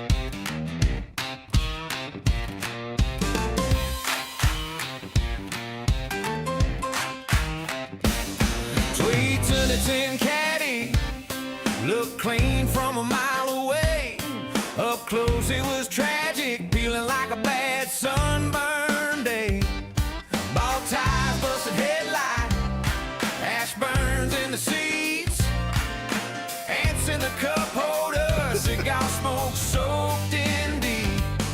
Then the engine went nuclear, blew a gasket, blew a dream. Spit oil like a geyser, took the transmission with the scream. Left Fester on the shoulder, coughing in the haze. One last sad rattle, then a flatline fade. Now he's riding in a brand new F-150, chrome grinning, sitting up pretty, rolling out a veteran's. What happened? Okay, so that's a preview. I have to click to buy the full song. We got to buy the damn thing. All right, hold on. All right, here's another version. All right. Let's see what this sounds like. Here's another one. All right. Oh, it sounds the same. 2010 caddy, look clean from a mile away. It's the same lyrics. Up close it was tragic, peeling like a bad sunburn day. Bald tires, busted headlight, ash burns in the seats, ants in the cup holder, cigar smoke soaked in deep.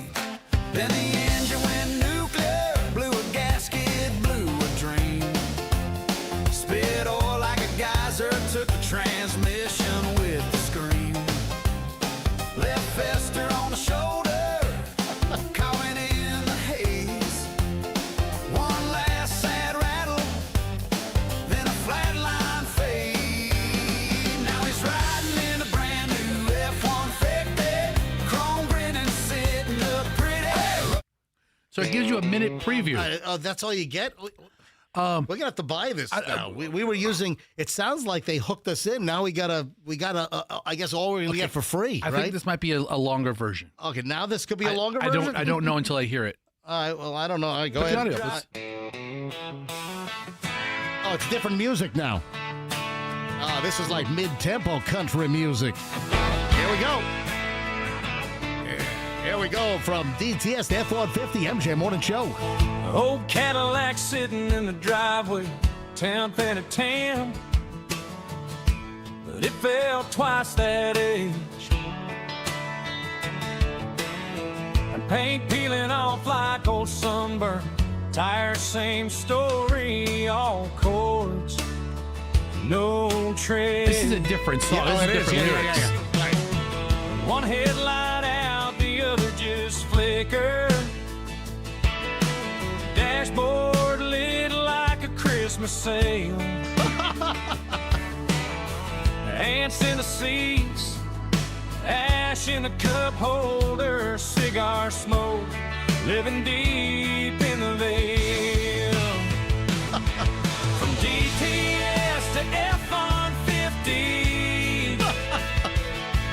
From Lord, please start to turn the key. There you go, baby. From burning oil to burning daylight, rolling down the road so free. What do you think, Michelle? I kind of like the middle one, but Oh, okay. Hang on. That broke down heartache in the back lot where it used to be. Oh, yeah. This song is 4 minutes long. Oh, my God. Yeah. From DTS to F-150, Fester finally got what he needs. Fester finally got what he needs. That's great. It doesn't mention anything about blowing trannies. Engine blew loud like a shotgun. There we go. The transmission followed right through the floor. Tow truck driver shook his head laughing, said, son, don't fix that car no more. The tow truck driver's laughing. So he went down to that veterans dealer. Veterans Ford. Chrome on the road, catching every ray. Saw that Ford sitting up there gleaming. Felt like his whole luck changed that day. Your whole luck changed that day. Here we go. Yes to F-150. Oh, man, that's pretty good. Pretty good. So, Ostex, there you go. So the song generator for anybody who's going to ask is SUNO. Yes, Just type in Suno. Suno. Don't text me later. Hey, what's that song generator? It's Suno. It's Suno. SUNO. And if you go to Veterans Ford, ask for Patrick. He was my salesman. He is fantastic. Oh, Patrick's great. He'll take great care of you. Yeah. So Lorenzo wrote the deal up, and Patrick put it together, and great guys. Veterans Ford, longtime sponsor here on the MJ Morning Show. I made that first payment last week with a smile on my face when I saw that interest line, and it said 0% interest for 5 years. The other $1,000 hurt, but I'll tell you, the 0% interest was great. Yeah, buddy. All right. It was great. All right. There's a video that's floating around. This popped up on my Instagram. I had 3 people send this to me.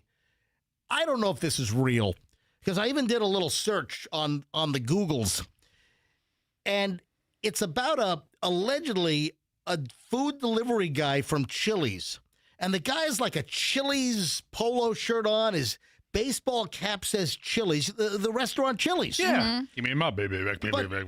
But wait a minute. I don't think Chili's has their own delivery team. They use like DoorDash or whoever they're partnered with. A lot of times the big chains that they partner with one of the specific, whether it's Uber Eats or DoorDash. I think it might be DoorDash for Chili's. But this dude shows up to the front porch of a house, and this is captured on the Ring doorbell. And apparently the person at the house left a really, really, really, really good tip for the Chili's delivery guy. But I don't know if this. I think this could be fake. So I typed in Chili's delivery service, and instantly Grubhub pops up, DoorDash, and Uber Eats, and then just a generic. Yeah, I don't think they have their own delivery team. Like Domino's Pizza and have Papa John's. Don't they have their own delivery guys, right? They have their drivers with the thing on the car, Yeah, zipping through your neighborhood, driving like jackasses. The magnet thing on the roof and everything. We had one of those fly off. We were on the interstate. This is years ago, and it was like a Pizza Hut one flew off and hit a car in front of us. I'm like, what the? All right, your delivery's here. Smash window for Pizza Hut. All right. So, but yeah, a lot of these restaurants obviously use the popular third-party delivery service. All right, so listen to this kid. This kid shows up in a Chili's shirt, a Chili's hat, which I don't know if this is real or fake, but the kid got a really good tip, and he thought that he needed to do something extra as he was dropping off the Chili's food to the front porch. All right, listen to this. Hey, I brought you your Chili's. I'll just leave it right here. I just want to say, like, I noticed on the order you left like a $30 tip, and that's crazy. It said for the severe weather, and like, I just want to say I really appreciate that, and I wish there was something more I could do to like make it more worth it for you, because it wasn't like a huge purchase you made or anything. I mean, you got the sliders, which, you know, kudos to that, because our sliders are peak. You know, they're peak sliders, not like those other sliders, like, you know, like Applebee's. They don't hit. They don't hit like Chili's. Anyways, well, actually, that qualifies me to leave you like one of my skills real quick, just to make it like a little more worth it. So let me try something. All right, you got the chili sliders are the best. Chili's sliders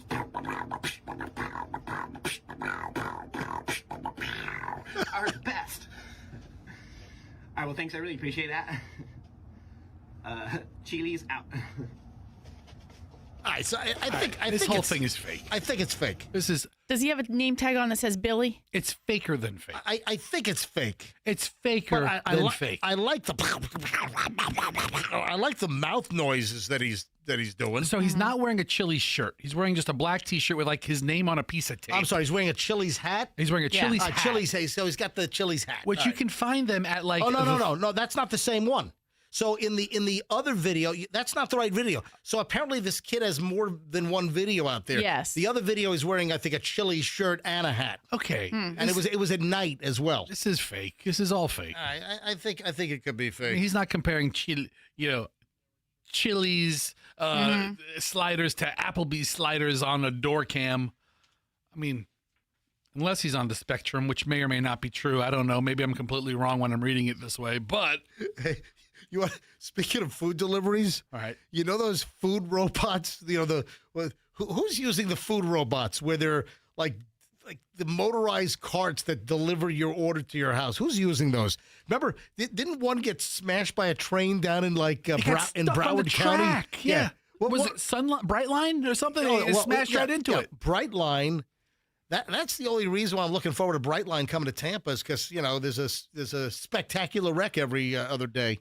Where food delivery robots, autonomous AI-powered sidewalk vehicles are used by Uber Eats, DoorDash, and short-range last-minute deliveries. Right. And then, 2 weeks ago, we had a story about one, like a DoorDash robot that got stuck on railroad tracks for Brightline. I think it was in Sunrise or Broward County or something on the other side of the state. And the Brightline train just obliterated the food delivery. Somebody's food got pulverized. The robot got pulverized.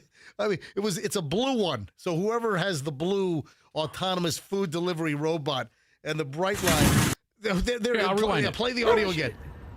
There's Brightline. Here it comes. There it is. That's just the Brightline just mashing it. All right. So we have another food delivery robot that went batty. This happened in Hollywood, out in California. A resident says the food robot It caused property damage in the house. It trampled all over their garden. It wrecked their garden. Wow.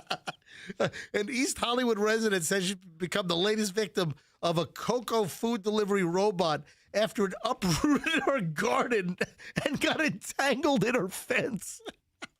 The incident occurred over the weekend. Resident Kayla Reel saying she was inside her home when she heard all the commotion the robot was making. I come out here and I found the Coco in my garden. All right, so Coco is Los Angeles area food delivery robot service. All right, that one's red, and it's got a little. It's got one of those bike flags that stick up in the air. And this one it started uprooting her garden. It got stuck in her fence. Oh, man. Tire got caught in a bunch of chain link. Do we have any of these food robots running around Tampa? Are any running around the Tampa Bay area? I haven't seen any. No, you know what? They like to use them on campuses. So, like, if they were here, they'd be like probably at USF or University of Tampa because it's so like a closed, area that they could utilize it more efficiently. That's funny. Gina in Clearwater wants advice from Fester. Hi, Gina. Welcome to the MJ Morning Show, 8:05. What would you like advice from Fester on? Well, I have a minivan that sounds like Fester's old Cadillac, and I've known that. I put a new engine in about a year and 3 months ago, and my transmission went 2 weeks ago. I had a 3-year warranty on the engine. Now my transmission is gone. I want to keep the minivan. I want to put more money into it. But my husband and my oldest son are telling me that's dumb. I need a different car. And so we actually went out and we got a car. I got a used 2017 Mazda CX-5. Beautiful car. Oh, yeah, listen, the CX-5 is a killer vehicle. That's Chloe's first car. Chloe got a Mazda CX-5. All right, go ahead. I love it. It drives great, but I'm not happy in it at all. I want my... Michelle loves her Mazda CX-5, so you're not happy with yours. I love the car as a car. It's just not my minivan. Okay. I feel all right. So are we going to send? Are we going to send her to Ross? Hold on. Where's the minivan now? Where's the minivan now? It's outside my house because I cannot part with it. We are in a disagreement. I want to put this car on Marketplace. I want to get my money for this car, and I want to fix my transmission. All right. What year? What year is your minivan? It's a 2014. Okay. All right. So there's only one place I recommend. You're listening to Car Talk with MJ and Fester and Michelle. Yeah, it's like, which is what I need. Yeah, I mean, I tell you right now, I took my Cadillac to Ross at Amco. Amco Transmissions on Florida Avenue in North Tampa. Yeah, so Ross owns the... He's the owner of it. He's the man. Ross owns the Amco franchise on North Florida in Tampa. That's what you want to go to Ross. Well, here's the deal. And have Ross evaluate it and see if, it's worth fixing the tranny. All of the Amcos, although they're individual franchises, they all work together. Yeah. And through the decades and decades of automotive service, they've proven themselves as reliable partners in keeping your car running and on the road. And especially Ross, who I had personal experiences with, he is dedicated to saving cars if he can. And he told the engine in my Cadillac was unforeseen. He's the transmission whisperer. Yeah, I mean, he's the tranny whisperer. He really is. Yeah. And he gets up really close and talks right to him. I mean, here's the deal, though. What kind of budget do you have? A transmission job is generally a couple to several $1,000s. Right. So that's it. I mean, they told me, it was going to be $3,800 to fix it, which, I don't really want to put out there, but I figure that's cheaper than $20,000 on a car. Gina, let me give you some good news. Yeah. Fester has just given me the thumbs up. Fester's going to cover your transmission repair costs. Yes. Yeah! That's right. Yeah! Yeah. That's exactly. And we're going to use MJ's Q1 budget, Q1 bonus. Yeah. So at the end of next month, when MJ gets his bonus, we're going to cover your transition. Gina, listen, I got to run, Gina, but listen, get a hold of Ross at Amco on North Florida in Tampa. I'm sure he's going to hear about this call, and then let us know what's going on, okay? Okay, thank you. It's I kind of, appreciate at the corner of like Fowler and Florida, just south of Fowler. I've already cut her off. All right, listen, Amco in North Florida, Tampa. I mean, it'll be easier for her to find. Why are you cutting her off? Because we were done with the call. You had plenty of time to play your stupid sound effect and say I'm going to cover her thing. And then, all right, goodbye, click.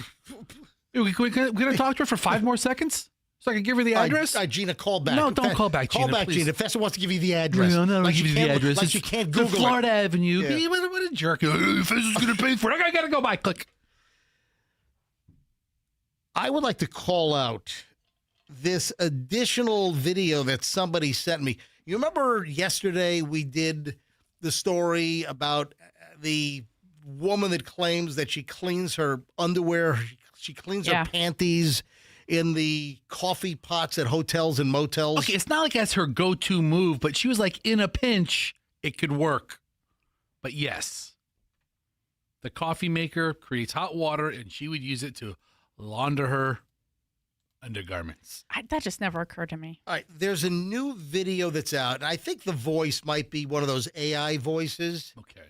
So the video is a follow-up to the viral video of the woman saying, hey, if your underwear is dirty and you're in a hotel or motel, just fire up the in-room coffee maker and put your underwear in the boiling water in the coffee maker, and then go ahead and use a blow dryer to. Anyway, I mean, think about it. You put a little shot of shampoo in there or something, kind of get a little soap going. You don't have an agitator. Shake it up a little bit. All right. So use a stirrer. This is a total BS response. And I want you to listen to this.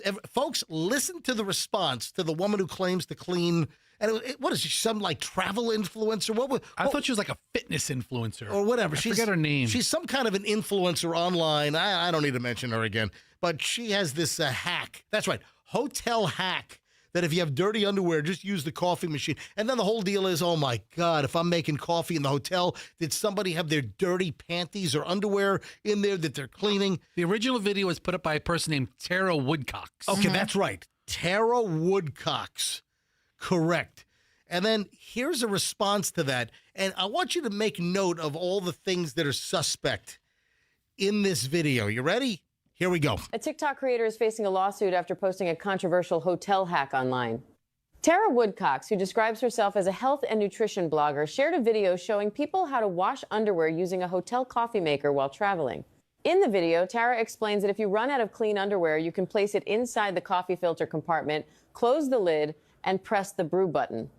The machine then sprays hot water over the fabric. She suggests drying the underwear with a bathroom hairdryer before wearing it again. The video quickly went viral. Many viewers said this is exactly why they avoid using hotel coffee machines. Days later, several guests realized they had stayed at the same hotel as Tara and had already used the in-room coffee makers. Some filed complaints and demanded compensation. To calm the situation, the hotel reportedly offered refunds to recent guests and replaced all coffee machines on the property. The hotel has now filed a lawsuit against Tara Woodcox, seeking about $1 million in damages for financial loss and reputational harm. $1 million. This is like total AI slop. All right. Like, everything's wrong with this. She never revealed what hotel, and then No, they said they recognized it. No, they didn't. Give me a break. well, Come on. Yeah, There's no lawsuit was filed. This is just like AI clickbait crap. But everybody's a content creator. Yeah, it's just blah. It's just putting out stuff. There is so much garbage out there. There's so much AI slop. Tell you what. What's real, what's fake. The line is blurred. Oh, man. Blurred lines. Yeah. Total blurred lines. The story has sparked debate online about responsibility and hygiene while traveling. Okay. After hearing this, would you still use a hotel coffee machine?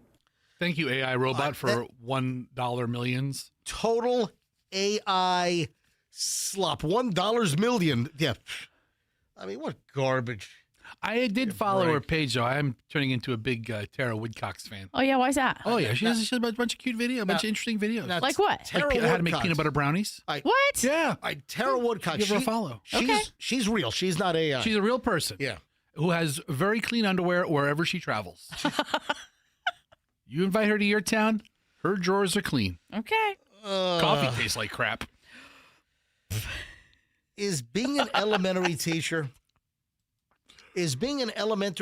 so difficult that you gotta snort coke in the school bathroom?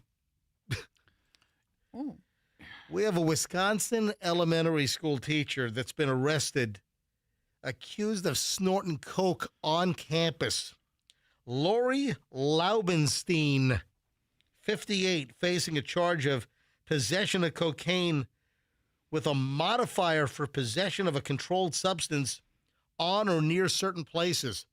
That's what we call an accelerated charge because she did it on a school property. My God, are the little kids that tough that she's got to snort coke? Yeah, they really are. According to a criminal complaint, authorities said someone made an anonymous tip about Laubenstein, a teacher at Lincoln Elementary. The tipster said a school resource officer had noticed changes in her behavior. Wow. A tipster also told police they had seen Laubenstein frequently go to the bathroom with her purse and had found bloody tissues and white powder in the restroom. Wow. What the hell? The tipster told police that the school principal was informed about the concerns but did not take them seriously. Hey, I think Laubenstein is going to the bathroom between classes. We're not going to take that too seriously. And snorting coke. Don't you worry about it here at the Wisconsin School of Cocaine. Yeah. Well, let's go get some custard and some cheese curds. Hey, let's get some fried cod sandwiches. What kind of fish should have? A perch. Yes, Michelle? The bloody nose means she's been doing it for a while, right? Yeah. Like, that's kind of a... What are you, some expert or something? No, I just feel What like... are you, some bloody nose? Less than zero. I don't know, watching movies and stuff. Like, that's... I don't know. I just don't What do you think... work for CSI? It just sounds like she was Michelle works habitual. for Michelle works for CSI cocaine scene investigator. She knows about bloody noses. What do you know? Right, so I don't. I'm inquiring. Authorities said a school resource officer took a sample of the white powder to the police station. It tested positive for coke. Oh. Yep. Yeah, so she's in trouble. The school resource officer returned to the school with a police canine and searched Laubenstein, finding cocaine in her purse. The drug dog just totally hits on the purse. See, that's it. When I was in high school, Yeah. they would bring I don't know if they still do. I imagine they still do. But they would bring the drug dog to school to sniff lockers. The lockers, yeah. Remember that? Oh, yeah. I remember that from school. And then everybody have to, keister their stash. They never did that at my school. What? I'm kidding. We didn't have to keister our stash. You just want to work keister into every show. Well, it's funny. I'm here for jokes. I'm not here to talk about planes and pizza. All right, fine. Keister's a funny word. Okay. All right. But yeah, I remember the drug sniffing dog coming through. So, and the law enforcement has drug sniffing for coke. So listen to this. The dog alerted to cocaine in the teacher. This is an elementary school teacher, like 3rd and 4th graders, right? So the drug dog from the police department alerted to coke in her purse and also cocaine in her pocket. I got a little coke in my pocket going jing-a-ling-a-ling. Oh, my God. Aren't they trained to, be still when they hit on something? It depends on the dog. Sometimes they'll sit. Yeah, So they sit and be sometimes good. they just sit and Good dog. Sometimes they'll paw at it but I think a lot of trained dogs will sit. So if they bring a car out to a traffic stop and they don't have consent to search the car, they'll bring the dog around and the dog will circle the car with the handler. And if the dog sits right at the door, the dog's hitting on something inside the car, and then you have probable cause to then go in to search the car. All right, so police said that investigators interviewed Laubenstein, the elementary school teacher, told them that she started using cocaine back in August. I guess, man, those little bastards, how to get ready for the new school year. Just as the school year started. I got to get by, man. These little 7-year-olds, They man. were wearing her out. She needed some extra energy. She was introduced to it at Meet the Teacher night. Oh my gosh. That's when she started. God.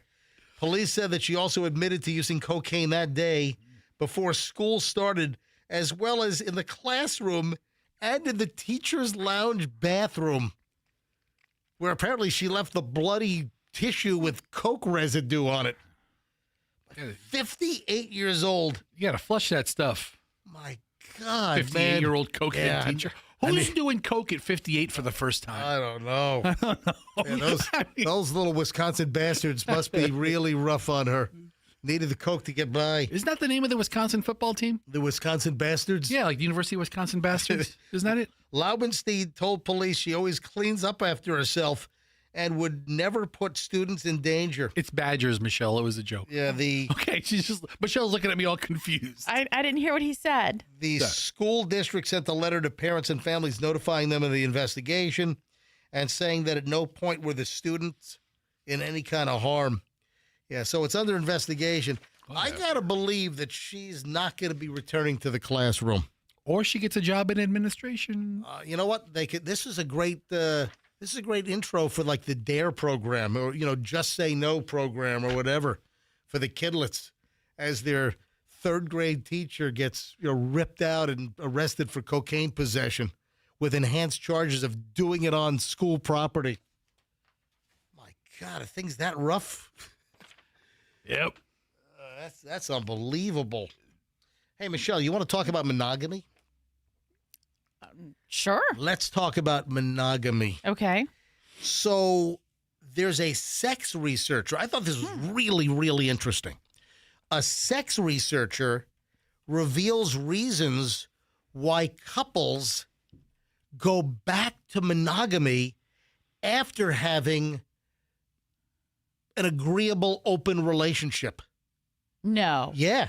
Huh. Yeah. So, hold on. What do you? No. Hold on. Michelle's like, go ahead, use your words. Yeah. Michelle's like, you opened that door. I'm never going back into the cage.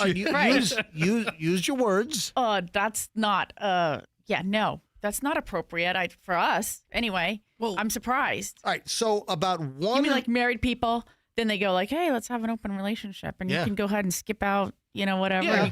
And then 2 years, 3 years later, you go, I don't like that skipping out so much. Coming on back to the nest. All right. Nah. Beep, so, beep, beep, beep. Are you backing it up? Beep, beep. Bring it on back. Backing it up. All right. I didn't know this stat. About 1 in every 25 romantic relationships in America is consensually non-monogamous. And apparently that number actually is going up every year. I mean, we know some people. I mean, not really close and personally, but we've known some people that are in an open relationship. Like there's a radio industry person that the stories have been like open marriage, swinging and this. So anyway, according to Dr. Justin R. Garcia, the executive director of the Kinsey Institute. Now, that's the famous Kinsey Institute for, relationships and sex. Oh, the famous Kinsey Institute. Oh. Dude. I never heard of it. You've never heard of the Kinsey? I've never heard of it. Are you kidding me? You're like, the famous one. It is. Michelle, you've heard of Kinsey? Yeah, I think they're like famous sex researchers. Yeah, Okay. Yes. All right. So the open relationships, he says, are becoming less taboo. People pursue them to then only to revert back to monogamy after a short amount of time, according to Dr. Justin R. Garcia from Kinsey. So he says there's been a surge of interest in swinging and polyamory since the mid-2000s. I'll go with since 2005, 2006 or so, all right? But many couples are finding that it's really not their thing. So they're straying, they're dipping their feet in the water, but then they're coming on back. Okay, so they're exploring. What does it sound like when they're coming back? Beep, beep, beep, beep. Back it up. Beep, coming back. Beep, beep. Especially if one of the partners put on 300 pounds during those years. So, beep, beep, beep, beep. All right, that's enough. The truck is, okay. It's all backed up now. All right. That's the next truck sound. Did you release the air brake? All right, so so a lot of couples, they talk about it, they agree it might be something they're into, they try it, and they're like, you know what, we're not into this after all. So they want to be in a committed relationship. According to Business Insider, where they did the story, there are 3 reasons why people ultimately prefer monogamy after they dip their little toe in the pool of polyamory or swinging, messing around. Tell me what those 3 reasons are. Open relationship. Top 3 reasons on the board. Yeah. Here we go. Are you ready? Yeah. You want to play the feud? No. There we go. Top 3 reasons on the board. Time for the feud. I don't want to get an STD. Hang on a minute. I want to give my wife a kiss on the lips like Richard Dawson. Hang on. Whoa. Why don't you give her? Hang on. Oh, this is disgusting. Stop it. She's beating you off. Of her. She's pushing you away. That's what I meant. Did you just say I said she was pushing you say away. She's beating me off? She was pushing you away. Yeah. She was pushing you away. That's what I meant to say. She wasn't doing that. What's the matter with she you? was pushing you away. What the hell's the matter with you? Oh, my God. Andrew, did you get my outward show of affection on MJTV? It's like watching your parents kiss. All right, so number 1, the 3 reasons why people prefer monogamy and will test the waters but then come on back. Number 1, most people don't have the biological tools to love more than one person at a time. And in addition to the emotional labor, being in an open relationship often requires additional time to keep multiple partners satisfied. I didn't think it was an emotional thing. I thought it was just like, hey, we're just going to go have some fun. That's number 2. It turns into emotion. Yeah. All right, number 2, extra communication is also needed for non-monogamy, Dr. Garcia says, which is the second reason why lovers choose their relationships. I mean, yeah, if I have to talk to somebody, forget it. Ugh. For all participants in a polyamorous relationship, questions constantly arise. Even casual polyamorous encounters take substantial effort and negotiation. Such questions include who needs more touch, less, who's feeling neglected, who needs more time with whom, what is the state of things between each member of the polyamorous relationship. Anyway, there's just a lot of just junk piled up here. Yeah. A lot of ancillary garbage. All right, then finally, number 3.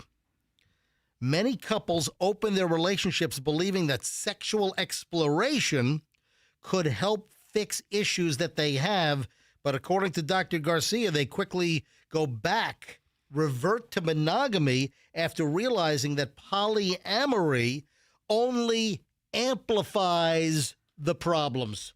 And that's when they back it on up. Beep, beep, beep, beep. No, your beeps are too, it's more like a beep, beep, beep. If you're going to do the truck backing up, man, get it right. There's different beeps on different trucks. No. Yeah. I mean, listen, let's say you have like an Isuzu truck, but you're beeping. I have like, a Freightliner truck. You're beeping too fast. Anyway, so So Michelle, basically, it was just too much work. It was more work sounds like it. to have the dalliance or the fun on the outside, and then so they're like, oh, it's too much work. I got to come back to just the one person. Sounds like it. That's really not a great reason to think about it. return. Michelle, think about it. Let's say MJ ever give you a call like in the middle of the day, just like a hey, what's up, what you doing type call. No real point to the call, just to check it. All the time. Okay, so let's say he calls, hangs up, right? And then Cliff calls. Hey, Michelle, this is Cliff. What are you doing? Hey, Cliff. I'm what's reading. Up? You going out? You want to go out Tuesday night? No, I'm going out with MJ Tuesday night. Oh, okay. Okay. Hey, it's too complicated. Yeah. Too much. Hey, I don't need it. Cliff. Guess where Shouldn't you have done that before you get married? All right, I feel like that. I'm moving on. Okay. Sow your oats, get it all out before you get married? No, I'm just saying, like the dating thing, and like having to pay attention to more than one person, like you go through all of that, and when you're younger and you have more energy for it, and it's exciting or whatever, and then you know what? Then you get married, and that's when you go like, because I don't have the energy for all these other folks. My old lady would probably be fine with it because she knows I'm hideous, and nobody's going to do it with me anyway. I would like to declare I would like to declare on the MJ Morning Show right now that Michelle has never shown any interest in polyamory. Yeah, that's not my thing. Unless you're holding some deep, dark secret. Nope. Oh. Okay. All right, guess who's got the new extra crispy breadsticks? Extra crispy? Yeah. Who has the extra crispy breadstick? Endless breadsticks. All right, when I think of endless breadsticks, I think of one place, but I don't think of extra crispy. Because Olive Garden is the breadstick place. All right. There was a fire at an Olive Garden outta here. in Tampa, and yeah, the breadsticks are now extra crispy. The breadsticks caused a fire? Oh, yeah. Well, no. Dude, I'm making a joke. Oh, okay. I don't know because they have to get them hot. Hey, the Olive Garden on Bush Boulevard caught on fire yesterday. Is it burned to the ground or just like a bad kitchen fire or what? It happened at 9:20 in the morning.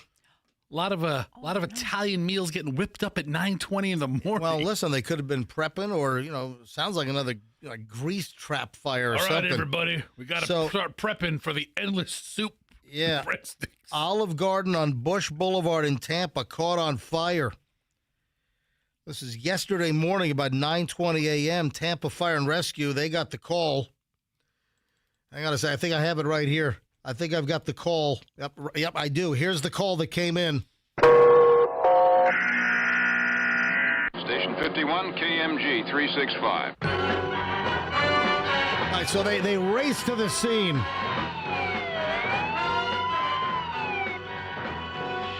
Yeah, so the call went out. Olive Garden on fire!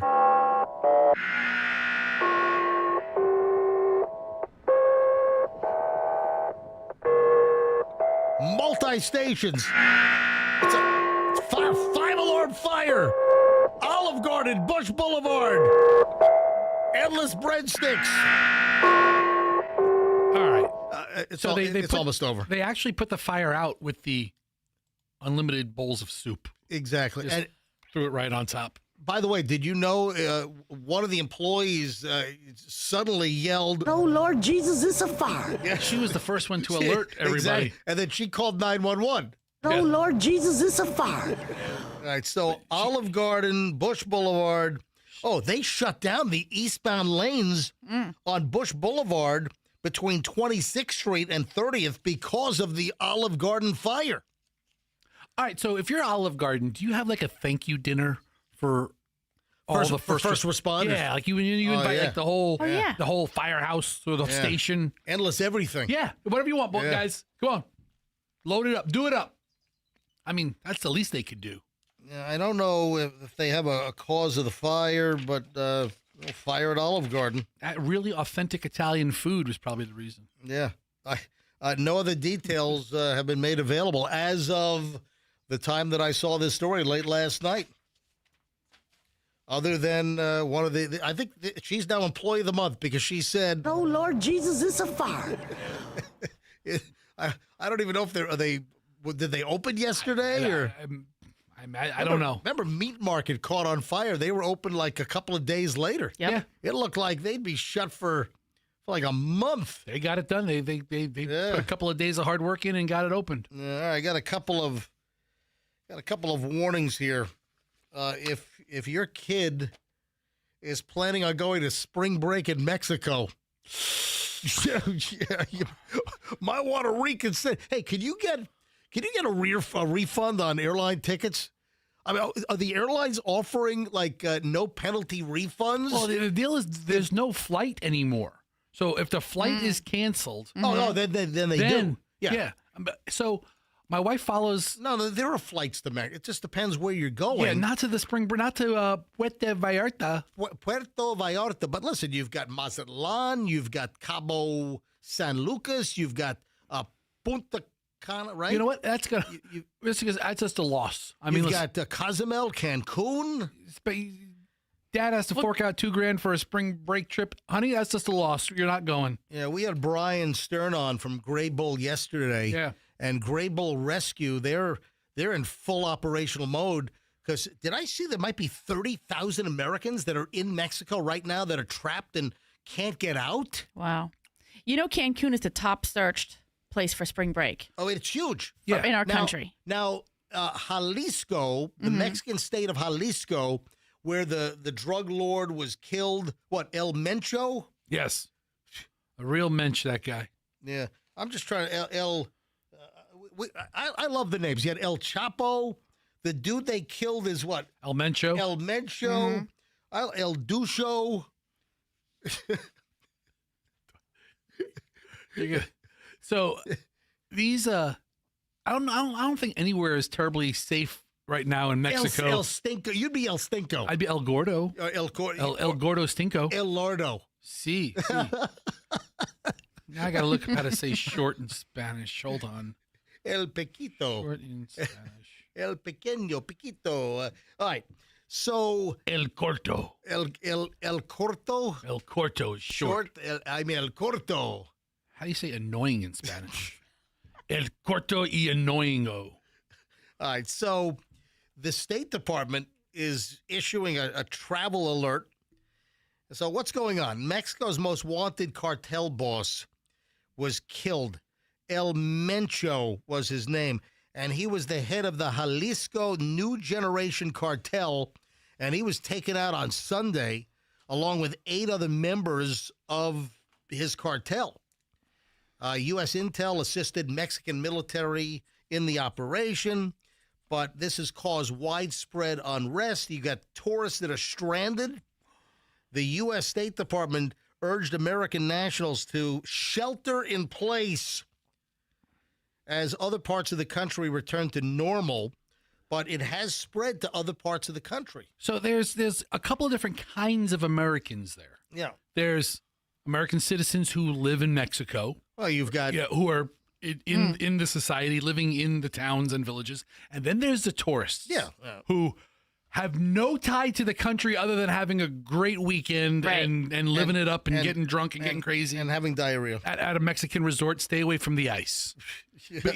But those folks, I mean, my wife follows somebody on Instagram who caught one of the last flights out, not knowing that it was going to turn to crap the next day. Oh, yeah, wow. Like she got out like on Saturday or Friday, and her girlfriends stayed the weekend, right? And they're stuck. Oh, my gosh. And they were at this fabulous resort, having the best time ever. And then they're locked in place. They can't leave.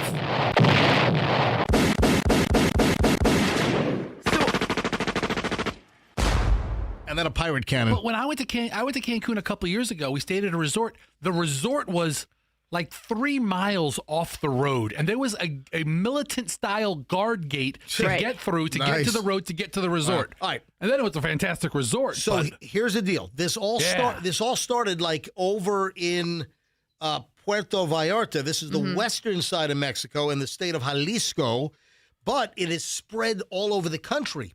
And violence spread very close to tourist hotspots like Cancun. So that's why this is like an amplified, warning to parents or any, college kids that are listening that are planning on going to Mexico for spring break. It might not be a good time to go to Mexico, is what I'm saying. But it's such a popular spring break destination. Yeah, not this year. I mean, you're Let's take a year off, people. But think about it. Spring break is just 2 weeks away. Kids have their plans in place. They have airfare, hotel reservations. So depending on plan to get kidnapped and gutted by the cartel? Also, no. I would say no. I've got very, very bad news because news has broken. Oh, no. Ladies and gentlemen, breaking news.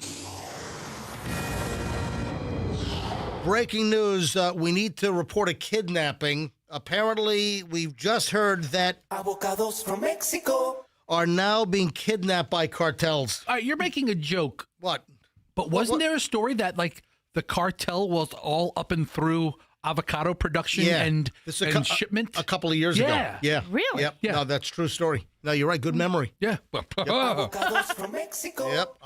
Avocados from Mexico. I don't know. Stop talking all over my... Avocados from Mexico. Thank you. Go ahead. You want to play it one more time? Sure. Okay. Avocados from Mexico.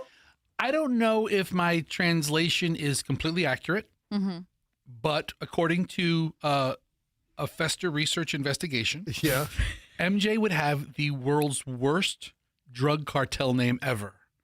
Oh. Because according to the Googles, and I'm not a fluent Spanish speaker, Corto is short and Molesto is annoying. I'm El Molesto? So MJ would be... I don't want to be El Molesto. MJ would be El Corto Molesto. I don't want to be... He would be short and annoying. Sounds like I'm molesting little people. I know. It's the worst name ever in the history of drug lords. No. El Molesto. It's very scary. El Corto Molesto. I want to stay away from that guy. El Corto, short, Molesto, annoying. What the hell? Wow. If there's a real drug lord named El Corto Molesto, let's kill that guy. All right, so caution, warning, maybe not a good time to do spring break in Mexico.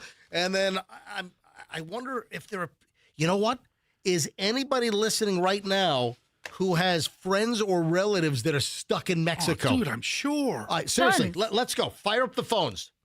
Anybody listening, do you have friends or relatives or associates, anyone that you know that is stuck in Mexico and maybe close by some of the cartel violence going on right now? Have you communicated with them or anything? Yeah, let's go to phones here. I don't know what we're going to drum up, but we'll see. You don't know unless you try. When I was in Mexico, my cell phone worked, right? Yeah, so, I mean, you could probably get a hold of your friends. 800-990-1047. Anybody that knows someone that is stuck in Mexico and can't get out, they're having to shelter in place because of the cartel violence. Let's go. 800-990-1047 if you know anybody. 800-990-1047. So if you're at an all-inclusive resort, do they become less inclusive if there's like a cartel war on the other side of the gate? Right. I mean, is the buffet not open 20 hours a day? Yeah. Are the drinks no longer unlimited? I don't know. I don't know. Especially if I'm overstaying my reservation. Right. You know, I mean, new Do they people have can't. space for you? New people can come in. Do you have to pay for additional nights? I mean, what are you going to tell the Mexican hotel? I'm not paying you? Yeah. Oh, well, then you're going on the street. Guess Right. what? Guess what? The cartel owns this resort. Hold on. Look at the phones are blowing up. Let's go to phones. Hang on a minute. Let me call a burning bus for you if you're not going to pay us our hotel fee. Oh, you know, hey, do you know the story? What? So in Jalisco, in Puerto Vallarta, they pulled people off of like tourist buses or city buses, and the cartels were ordering people off the buses at gunpoint and then lighting the buses on fire. I saw the burning buses. Yeah. So, but at least they didn't burn the people up on the bus. They're courteous cartel members because they're not hurting innocent people. It's the new softer side of the cartel. It's the softer side of the cartel. Yeah. Oh, look at that. Christina's got a friend. Hang on a minute. Oh, cousin. Christina's cousin's in Puerto Vallarta. Okay. All right, line one. Christina Seminole, you're on the MJ Morning Show. Hi, Christina. Hey, MJ. All right, so what's the story? What's going on? Well, I have my cousin decided he needed to go to Mexico for a couple months to get some sunshine because he doesn't live in the state of Florida, and he's in Puerto Vallarta and basically on lockdown in his hotel. They won't let him leave his hotel. Oh my God! But he he stands out, blue-eyed white guy, and apparently he was standing next to one of the burnt out buses you guys were just talking about. Yep. And I literally just found out this morning, probably about 25 minutes ago, that he is actually there and stuck in Puerto Vallarta. That is crazy. Does your cousin have any idea when they're going to be able to get out? No, he's talking about possibly next week. And, I mean, if I had the ability, I'd get his ass out of there yesterday. All right, so hold on a minute. Christina, you've got to go to the Gray Bull Rescue website. Gray Bull Rescue is they're on the ground in Mexico now, and I believe they're in Puerto Vallarta. Your cousin needs to go to the graybullrescue.org website and register as an American that needs help getting out, and Gray Bull will help assist getting your cousin out, okay? Oh, awesome. Yes. I'm going to video call him later today. All right, don't later. Do it. Don't later. Do it now. Yeah, get on the list as soon as you can. Yeah, Seriously. Do it as soon as you can right now. graybullrescue.org. Tell them to go there. It's a Tampa-based operation. rescuing Americans all over the world, and they're on the ground in Mexico to help get people out right now, okay? Okay. All right, I'll do it right now. Hey, thanks for calling in. I appreciate it. Let me grab one more. Johnny in Tampa. Hey, Johnny, you're on the MJ Morning Show. Hi. Hey, MJ, yeah, I called my friend, Arthur. He's out there in Mexico, and he's in Agua Caliente, and he said like 20 minutes, that's like 20 minutes away from all that ruckus. He said in his city, where he's at right now, they just burned like a couple of cars and buses and blocking the major roadways. Yep. Yeah. I mean, I'm supposed to FaceTime. I'm supposed to FaceTime him later on because he's supposed to go to the. He's supposed to leave tonight from where he's at, and then have a layover in Mexico City, I believe, before he gets back to Tampa. I'm supposed to pick him up at Tampa tomorrow morning. Yeah, because Aero Mexico, they fly nonstop, I think, Tampa to Mexico City. Yes, exactly. That's the airline that I got to pick him up from Tampa. Yeah, Aero Mexico. All right, well, listen, make sure that I'm sure he's going to tell you whether he's going to be able to get out of there, but is he an American citizen? He's a resident. Resident, yeah, listen, but good luck to him. Hopefully. He's in the process of getting his citizenship. Excellent. That's crazy. All right, buddy. Hey, Johnny, thanks for calling in, man. No problem. Look at that. 2 good calls. All right. Yeah. I'm going to say this with all seriousness. Yeah, okay. I'm sure you prefacing it like that, I'm sure it's all serious. If anybody's listening to us who's currently in Mexico, holed up in their hotel room. Yeah. You have to go to Instagram and follow Tara Woodcock's 11. Oh, about cleaning your underwear in the coffee maker? She'll teach you how to clean your underwear while you're locked down in the hotel room, in the coffee maker. So in all this danger and turmoil, if you've pooped your underwear, you can clean it in the hotel coffee maker. Is that what you're saying? I mean, I'm just trying to keep people in clean drawers. It's my mission. Okay. Oh, this sucks. Yeah. I mean, so the whole country's not shut down. No. You know, the whole. But the violence has spread beyond the western state of Jalisco. Yeah. Yeah. And like we were talking yesterday with the folks from Grable Rescue, there's a power vacuum now that El Mencho is gone. Who's going to be the next leader? So they're all feuding with each other or with the citizenry or whatever. There's like a big power vacuum and a power grab right now. I think El Molesto ought to be the new leader. El Corto Molesto. All right, moving along. Can I deliver some good news here on the MJ Morning Show? I've got good news. You know, all the TV stations and now some good news. The good news, the bright news. All right. So we had a story here a couple of years back where the woman abandoned a dog at the counter at Tampa International Airport. Oh, yeah. Yep.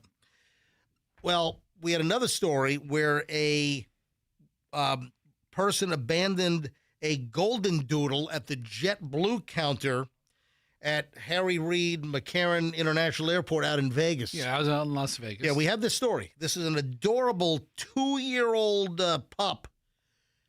Hey, what? Hold on a minute. Hey, Andrew, go get Big Scary Ron. Hold on a minute. Oh. Get Big Scary Ron. Yeah, tell Ron to pop in here. Tell him to come in here. Tell him to come in the studio. Hey, Ron. And the new dude. Where is that? The new dude? Come on in. Get the new dude in here. Let's go. All right. Hang on a minute. They're all running away. We got everybody in here. All right. All right, we got everyone. Hey. Did I see Brian walk by too? Come on in, Brian. Get everyone down here. Yeah. We got a new studio with multiple microphones that Brian Beasley paid for.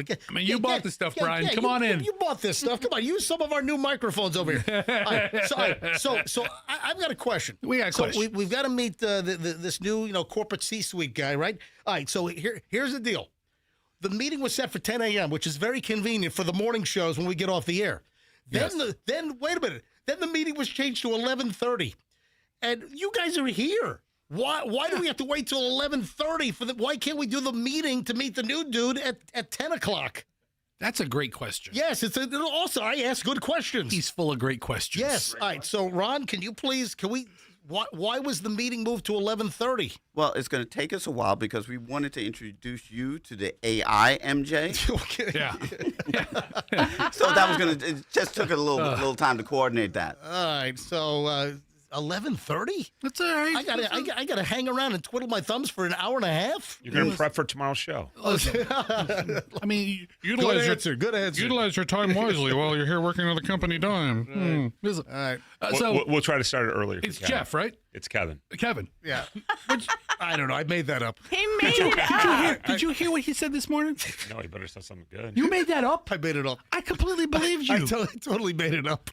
He said, shut up. I totally You put me together on it? I put you Son together. of a bitch. I put you together on it. All right, so he said, hey, we have a corporate meeting and we're meeting a new corporate guy. And the guy's name is Jeffrey Dahmer. No, Jeffrey Dahmer. Dahmer, right? And it was like a sound off of Jeffrey Dahmer. And I was like, oh my gosh, that's the guy's name? And then here you come in and I'm like, it's Jeff. You're like, no, it's Kevin. I'm like, oh, crap. No, it's Kevin. All right, well, hey, Kevin. How you doing, man? Welcome aboard. I'm Fester. you. Nice to meet you, man. Yeah. Looking forward All to right, it. Yeah. this is MJ. He's just the start of your problems.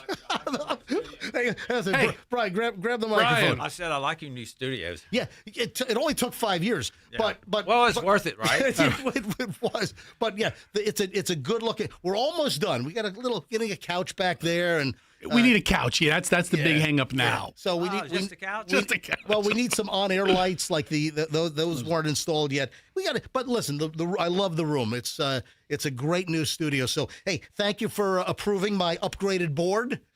Remember you approved the extra $12,000 for my. I wanted the top of the line console. I remember. No, I unfortunately remember. On the what? Say it again. Oh, Ixnay on the. Yeah, sorry. What are you going to put this on Facebook Marketplace I mean, now? Is there a connotation for why the Titanic stuff is over in the corner? I'll tell that you I should know about? I'll tell you all about it. In the Tampa Bay area in Largo, we have an avid Titanic fan who has like the world's largest collection of Titanic on DVD. No, on VHS. On VHS. I apologize. So this guy's got like 4,000 copies of Titanic on VHS. So those are for him. He collects Titanic on VHS. We're only supporting the community, which is what we do. Yeah, I appreciate it. And by the way, this is my wife who's working for free, and she's a lawyer. She's a Florida barred lawyer who's been working for free for over a year. So I mean, not exactly, if you know what I mean. We all know how that cookie got crumbled, right, guys? Right, guys? I appreciate you keeping him out of trouble. That's why I know you're here. That's exactly why I'm here. I've got legal counsel on the show on the fly right here. All right, welcome. I guess we'll see you at 10 o'clock. We're moving the meeting back to 10? Dude, you're such a schmuck face, dude. You tell Jeffrey, I introduced the guy, it's Jeff, right? It's Kevin. What? And he's very serious. Could you tell he was very serious? Well, because I called the guy the wrong name. Let me tell you. It's Kevin. Listen, no offense to anybody. Next time I see that guy after today, it'll be the day he fires me. I mean, I'm not going to see any of these guys again, right? I mean, they don't come to me. Nothing falls my way. If they have a complaint, they go to MJ. Nothing makes it to me. You know, I'm in a different place in my career. I think we both are. I don't. Listen, you know, whatever. Hey, while it lasts, I'm fine. I'm here to have fun. Listen, I'm making enough money to pay for law school for Chloe and Julian at NYU, and you know, I'm just paying the bills now, not dipping into the savings. I ain't here for a long time. I'm here for a good time. Listen, it was iHeart that loaded me up. All right, listen. I'm you know. Listen, we're listen. Whatever. I'm in just bill paying phase right now. Just covering the bills. Every day's my last. Anyway, listen. Every day is my last. When you come in with the mentality that every day is your last, whatever your job is, whatever you do for a living, if you're out there, if you go in and you say, today's my last day, the worst any job can do is fire you. That's the worst thing they can do. They can't make your kids not love you. They can't make your dog bite you. They can't. Yeah. Every day's my last. I'm going to go in, no holds barred. Whatever happens, happens. Maybe I'll come back tomorrow. Maybe I won't. Yeah, that's it. 8:52. Let me get back to where I was. So I got to get. Okay. It's time to take the break. No, hold on a minute. It's time to take the break. I don't want you to be late. No, let me look. I have 2 minutes to finish up what I was doing. You have like 90 seconds. No, I've got 2 minutes. I can break at 54. It's 52. Quickly. So the good news segment, back to the good news segment. Oh, yeah. Is the dog that was tied up and abandoned at the JetBlue counter at the Vegas airport because the individual didn't have the requisite papers for the dog to travel. And just left her dog there. Yeah, just tied the dog up and left it. One of the cops that responded has adopted the dog, the Golden Doodle. They've named the dog Jet Blue because it was tied up at the Jet Blue. I'm sure the dog has an actual name. Did the owner that tied it up and fled? Did the owner let them know what the actual name? Is there a collar with the dog's name on it? What if the dog's name was JetBlue, and JetBlue wouldn't let it fly? And she's like, "I named my dog after you guys. You won't let it fly?" You know, JetBlue on each airplane on the nose, they have like some blue-related name. Really? Did you know? Yeah. I wonder if there's How many blue-related names can they come up with? Dude, they've got a couple of hundred planes. That look at the size of the jet. They have every plane is something like Blues Brothers or whatever. I'm sure they have a Blues Brother plane as well. So much plane talk. Yeah. I had to watch a documentary yesterday about a plane crash where the plane was cartwheeling. That was United 232, Sioux Falls. He was narrating it over the narrator. That's Sioux City, Sioux Falls. Anyway, that was Captain Al Haynes, the hero. Oh, all right. Esther, I was like, please kill me now. All right, I'm not done yet. So the good news is the cop adopted the dog that was abandoned at JetBlue. Right? 5 seconds. Well, I've got something else we got to address after the break then. Okay. All right? We'll get it after the break. Michelle, I've got, so that was the good news. Now I've got some other news regarding those eagles that you love out in California. I know. Yeah. All right. Hang on. We'll get to that coming up in just a bit. Oh, also a couple of food recalls you got to hear. We're loaded. Oh, Jelly Roll. Did you hear the vicious rumor that was going around about Jelly Roll? What about them? Yeah, hang on. We'll get to that coming. We got a lot of stuff. Final hour, 9 o'clock hours next here on the MJ Morning Show on Q105, 104.7 FM. You want to sell your home, folks? Mark Spain is going to sell your home quickly without the hassle of the showings and the open houses and having to clean the place up. And I mean, listen, it could be a nightmare hassle to sell your home. And you can sell your home with a guaranteed offer from Mark Spain Real Estate, and you get to choose when you want to move. MJ, obviously, for Mark Spain, recommending Mark Spain Real Estate to everyone listening here in the Tampa Bay area. How about getting a strong all-cash offer and sell your home hassle-free? Mark Spain Real Estate was ranked on the Inc. 5000 list of the fastest-growing companies in the U.S. for the 8th year in a row. They respond fast and are one of the most experienced real estate teams in the entire country. The testimonials are vast for Mark Spain Real Estate. Like Tyra that says, thanks to Mark Spain Real Estate, our home had several cash offers within 24 hours of it being on the market. When it's time to sell your home, Mark Spain Real Estate. Go to markspain.com, get a guaranteed offer on your home today. That's markspain.com and start packing. So Veterans Ford is celebrating Truck Month right now. The massive Truck Month event. The massive Truck Month event is on now at Veterans Ford. All right, listen to this, folks. We're talking about F-150s. We're talking about Super Duties, Rangers, Mavericks. How do you want to pay? You want to lease? You want to buy? You want to finance? You want to pay cash? Listen, you got to get to Veterans Ford. Hurry up before Truck Month ends. Get 0% interest for 60 months, zero money down, zero payments for 90 days on 2025 F-150s. That's what Fester got.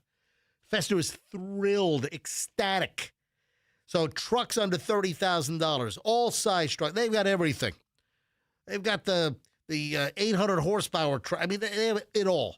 Go see my friends at Veterans Ford. You'll never be treated better. You're going to get a great vehicle at the best price. Remember, walk into Veterans Ford and tell them you want the MJ deal. And no other Ford dealer in town is going to beat them. Veterans Ford, line ball on the Veterans Expressway. Tell them MJ sent you.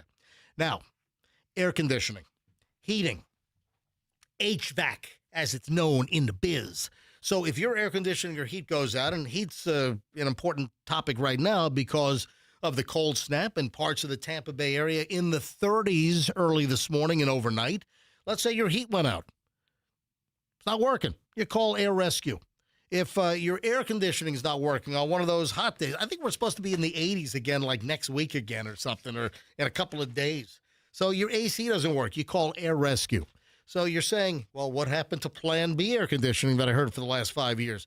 Well, Plan B air conditioning is now Air Rescue. Same owners, same company, same phenomenal technicians. They just folded Plan B into air rescue, which has been around for decades and decades and decades. So it's all air rescue now. Airrescue.com for your heating, air conditioning, repair bill, or a new unit. Mention me, MJ, get 10% off. That's right, 10% off when you mention me, MJ. Airrescue.com, 888-NEVER-WAIT. Airrescue.com, tell them I sent you. MJ, traffic's on at 8:58. Let's grab Schreiner. MJ Morning Show back in a minute. In Tampa, an accident.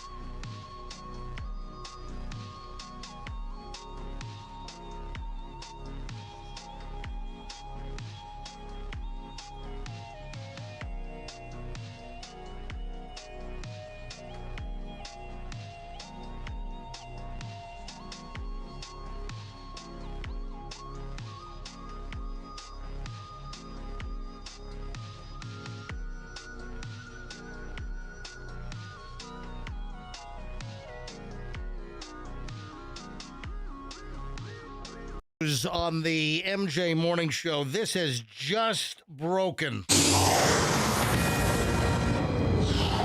And apparently, well, since it's NBC related, hang on, I probably shouldn't play. I probably shouldn't play the Fox News alert. Probably more appropriate if I.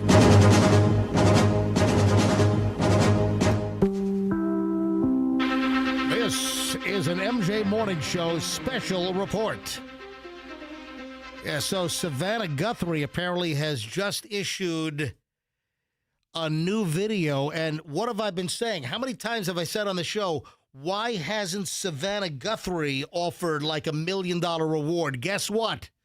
Now, Savannah Guthrie is offering a $1 million reward. Why did it take over 3 weeks?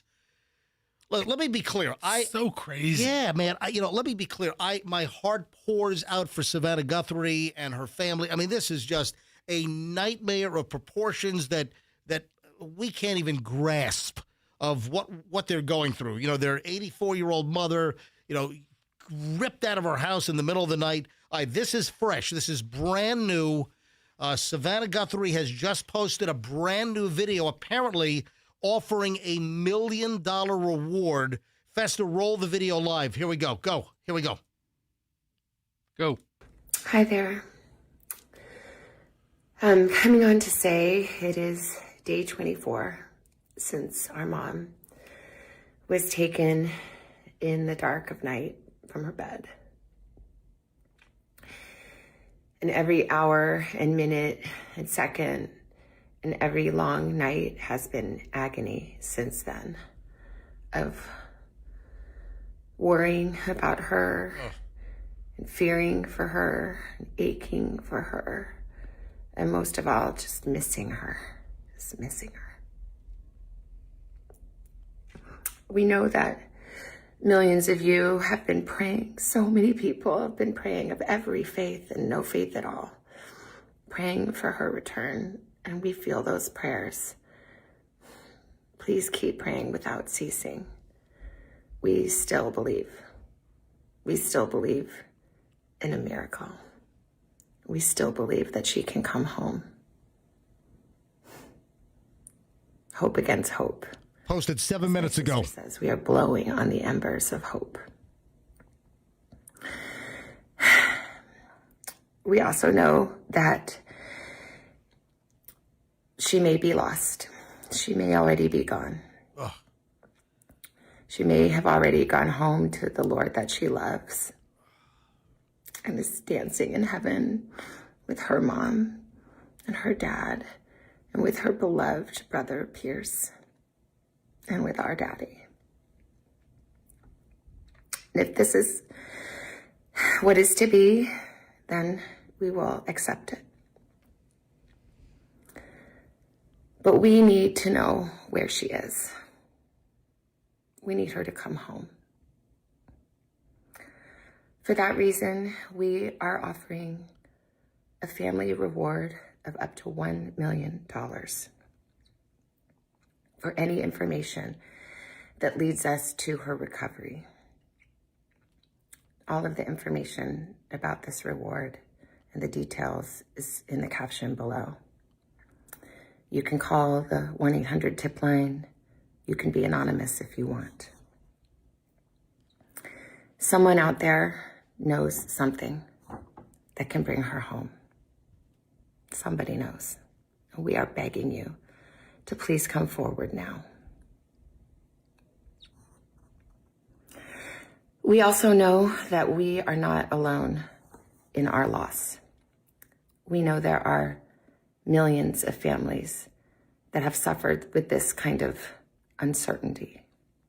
And for that reason today, we also are donating $500,000 to the National Center for Missing and Exploited Children for their work in helping families who are coping with loss and actively looking for those who are lost.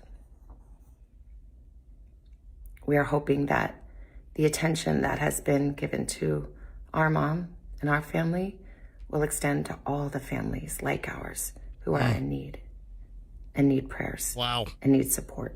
Brand new. So please, if you hear this message, if you've been waiting and you haven't been sure, let this be your sign to please come forward, tell what you know, and help us bring our beloved mom home so that we can either celebrate a glorious, miraculous homecoming or celebrate the beautiful, brave, and courageous and noble life that she has lived. Please be the light in the dark. Thank you. Just posted within the last 10 minutes. So that folks, you just heard that fresh off of Savannah Guthrie's Instagram feed.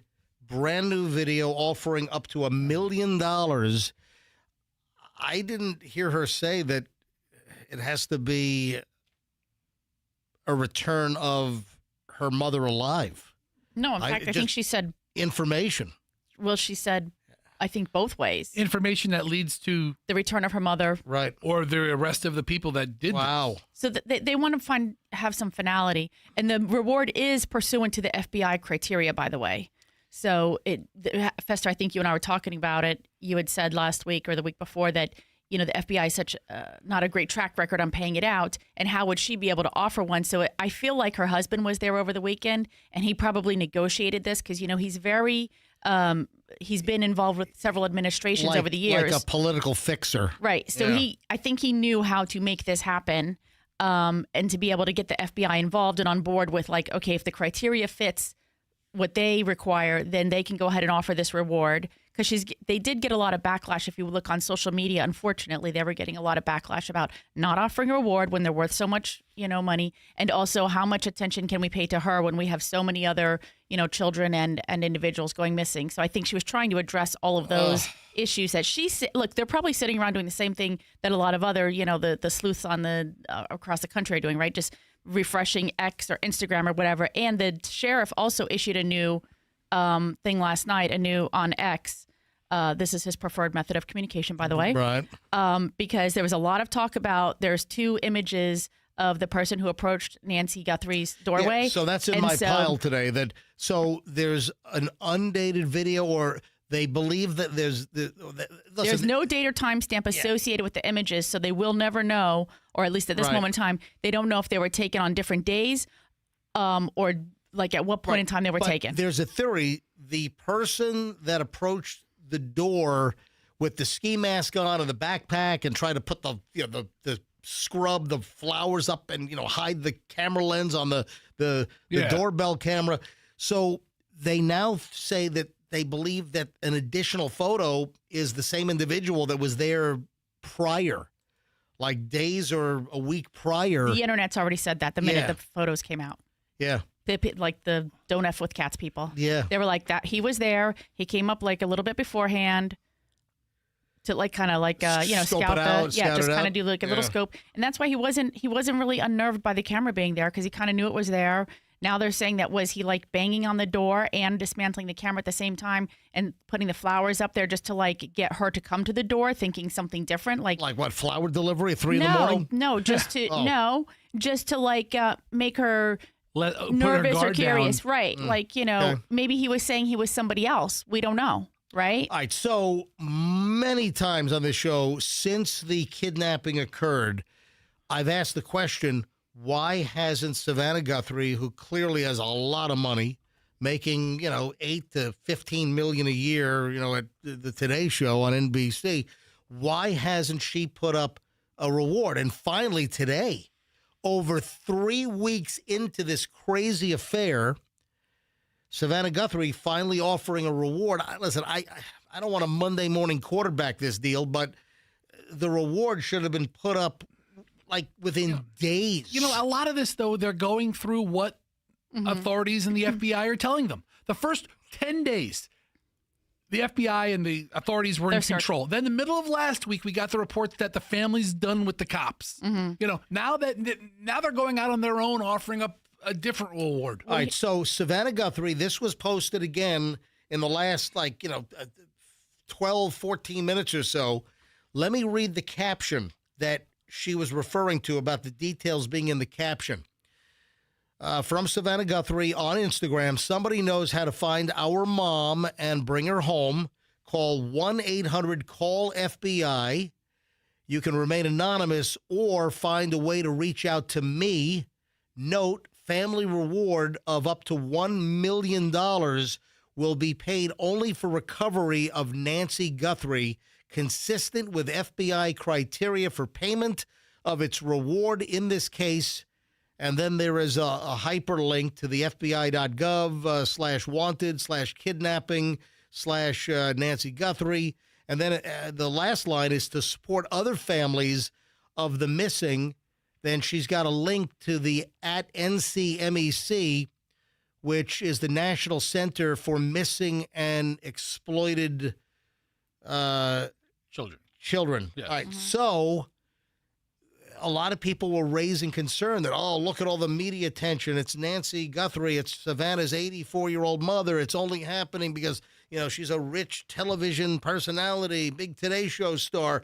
So I know there's been blowback on that. And why don't they do this kind of coverage for all the missing people? Mm-hmm. Well, listen, that's an easy question because Nancy Guthrie is the daughter, Savannah is the daughter of Nancy Guthrie, and Savannah is obviously a massive, well-known television personality. That's dynamics are different. Being a celebrity sometimes matters and warrants a different attention. Listen, is it just as important to find a missing kid or somebody else's grandma? Absolutely, 100%. However, it's just the nature of whose mother was kidnapped, and it's the But also, yes, the ransom component. I think, how often do we ever hear of somebody being kidnapped for ransom? Oh, So yeah. I did a little search, Right. and guess what? What? In 1993, Steve Wynn's daughter was kidnapped for ransom Oh, Steve Wynn from Vegas. From Vegas. And you know what he Yeah. did not do?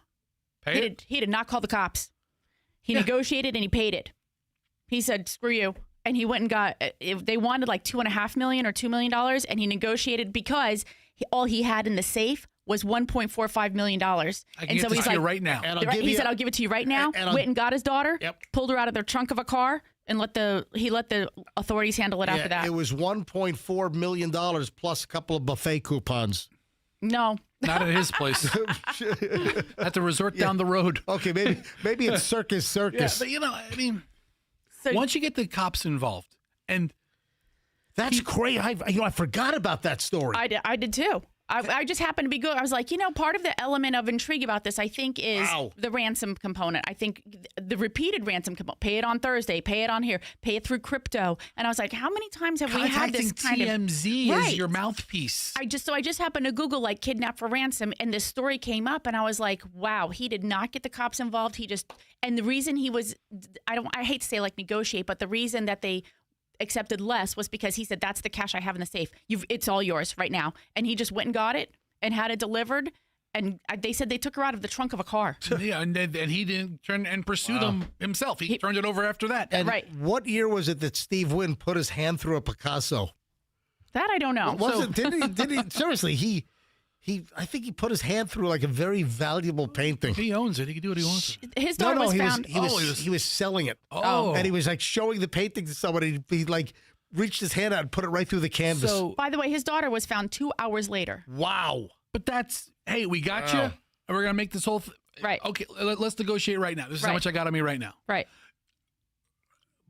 But maybe they were hoping to get to the family before the family got to law enforcement. I mean, in the Guthrie case? Yeah, maybe. Yeah, maybe. I don't know. Maybe all the plans went to hell once because she was taking it, 2 a.m. Right. Hey, we'll get a hold of Savannah by dusk. But by that time, the cops were already out there. Yeah.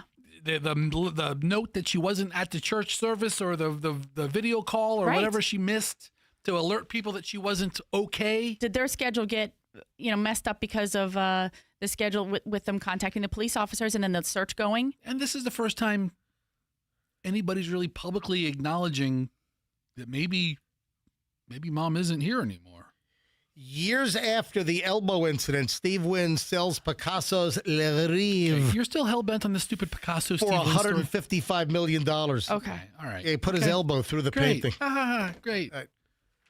That's crazy, man. What's crazy, the Picasso or the Savannah Guthrie the fact stuff? that he put his elbow and then his daughter was kidnapped. And listen, the Savannah Guthrie thing is just outrageous.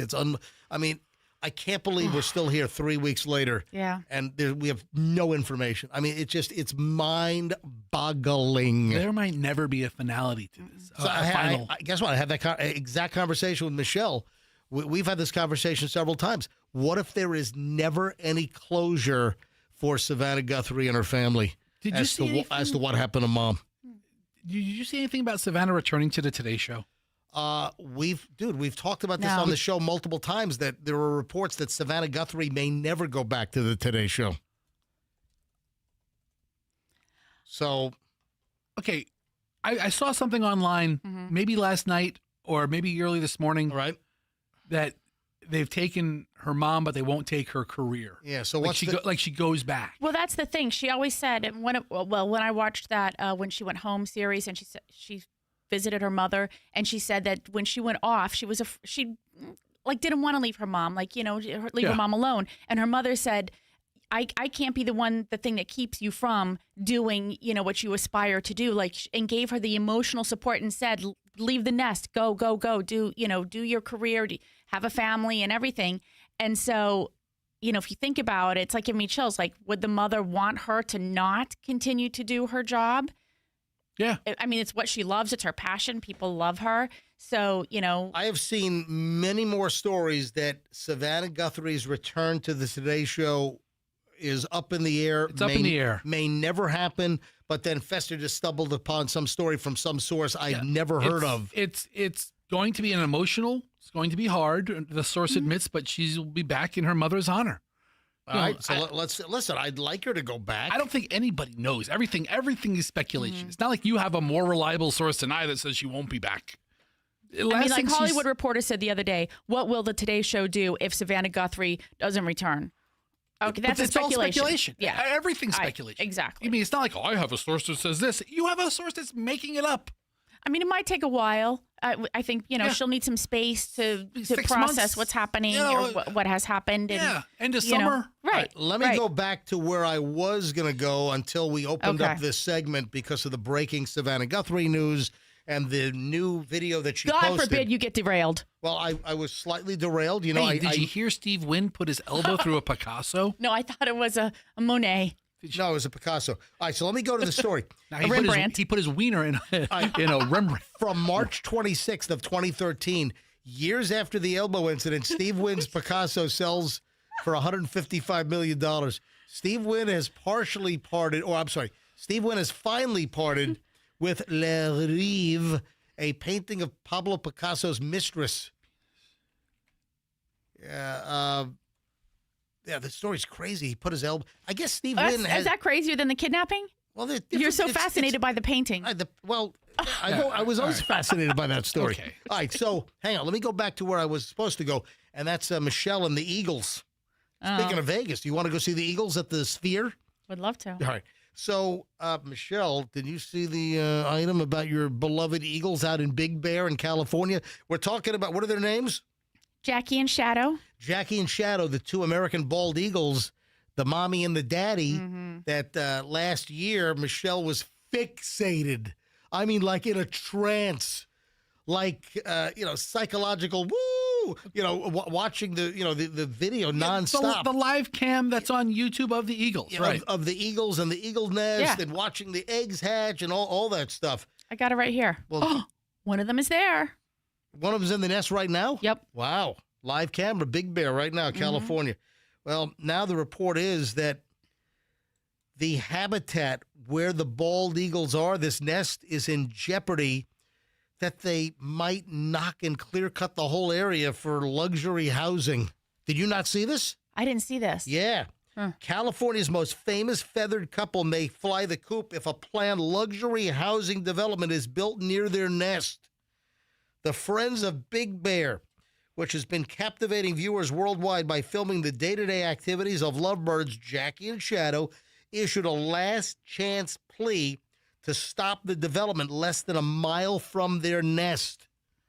Oh, no. Oh, dear. Oh, dear. Yeah. So anyway, I don't need to go into more detail, but, Michelle and her, Michelle loves watching YouTube videos on elephants and watching the live camera of Jackie and Shadow, the Eagles. I mean, essentially, this is, this is Michelle's Safari Planet. Yeah. I've got a Southwest, faster you turn me on to the Florida ones. I've got a Southwest Florida Eagle cam on here. Yeah. I've got the Fort St. Vrain Eagle camera on. Yep. Do you know who she is? She's Michelle Fellows. She's Michelle Fellows. Brian Fellows, Safari Planet. It's Michelle Fellows, Safari Planet. That's crazy. My guest today, Michelle. Brian Fellows, Safari Planet. That's crazy. Fester, have you seen That's crazy. Why you got flat hair? Why Have you seen that macaque monkey? in Japan. Poor little thing. He was abandoned by his mom. Why are you talking about a macaque? With your flat hair. That squirrel is dirty. And then they gave him an orangutan, a stuffed animal from IKEA, and that's what he was dragging around. What the hell are you talking about? Is this a different video? Yes, it's a new. It's viral. There's a new video that Michelle's fixated with. Dude, seriously, there's a look it up. There's a macaque monkey in Japan that lost its mother, and somebody gave it a stuffed animal, so it drags the stuffed animal around thinking it's mommy. All right. It was macaque. You just put punch. Just put punch monkey because his name is Punch. Punch-kun. Punch the monkey. Punch-kun. All right. Because he's so cute. Yeah. So, can we? How many packs of cigarettes does that macaque smoke every day?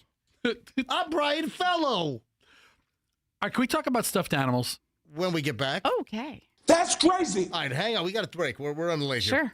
All right, 9:24 at the MJ Morning Show. Final chunk. And I got a lot of stuff. I didn't get to the food recalls yet. We've got celebrity stuff. Oh, the jelly roll, the nasty rumor about jelly roll that was floating around. I guess it's been debunked. Is that correct, Michelle? I think it's pretty much debunked. All right, hang on. A lot of stuff next. And I guess Fester wants to talk about stuffed animals. All right, next MJ Morning Show, Q105, 104.7 FM. Please stand by. When you want Toyota in Polk County, listen to me. Miracle Toyota. It's a miracle. Miracle Toyota of Haines City. You want the best deal on your next Toyota car, truck, or SUV? You head over to Miracle Toyota over in Haines City and you tell them that MJ sent you in. They will treat you like you're golden. Listen, they treat everyone great anyway, but just mention that MJ sent you in. You'll get a phenomenal deal on your Toyota. Bottom line is, you're dealing with a Toyota dealership that wants your continued business. They're going to treat you well. You're going to have an absolutely awesome experience. You're going to get a family-run organization. It's all part of the Murphy Auto Group. I know Mike Murphy, who owns Miracle Toyota in Haines City. He lives in my neighborhood. Great family guy. It's a great Toyota store to do business with. It's Miracle Toyota. So if you're in Lakeland, anywhere in Polk County, Haines City, anywhere, or surrounding counties, for your Toyota, it's Miracle Toyota, Haines City, and tell them that MJ sent you. When you make a move, you want that move to be smooth. I hope they don't get rid of me as a spokesperson and hire JB Smooth. JB Smooth, that'd be a good tie-in. Smooth move, JB Smooth for two college brothers. Remember, I sat behind him on a Delta flight up to New York some years ago. He was a nice guy. Took a picture with me. It's way back on my Instagram. But moving, folks, can be a very, very unnerving situation. And guess what? It gets exponentially worse when you have a bad moving company. That's why you hire twocollegebrothers.com. Look at their reviews. Over 1,100 five-star reviews. That's unheard of. No one's got that. In the moving business, over 1,100 five-star reviews. Get a smooth move. Get a great price. They're going to lock in that rate. You're not going to get hosed around. It's twocollegebrothers.com. Mention me, MJ. Get a whole bunch of free moving boxes. Twocollegebrothers.com, the smartest move you'll ever make. Your air conditioning is something that is very important when it's hot out. Your heat is also very important when we have got cold snap days, like again this morning. If your AC or your heat's not working, you call Air Rescue. Let them rescue your air. Air Rescue. Get it working again. Plan B Air Conditioning, longtime sponsor of the MJ Morning Show, has changed to Air Rescue. Now, Air Rescue is not new. Air Rescue has an over 70-year, that's right, 70-year reputation here in the Tampa Bay area. Same owners, they decided just to phase out the Plan B name and just roll it into Air Rescue. So when you need air conditioning or heating repaired, you need brand new installation, you got a busted unit that needs to be replaced or repaired, you call Air Rescue. Mention me, MJ, get 10% off. AirRescue.com, 888 never wait. If they're not there when they say, they take off the diagnostic fee. That's where the 888 Never Wait comes from in the phone number. It's airrescue.com. Tell them MJ sent you. Traffic's on. Let's grab Shriner MJ Morning Show back in a minute. In Tampa, an accident on 270.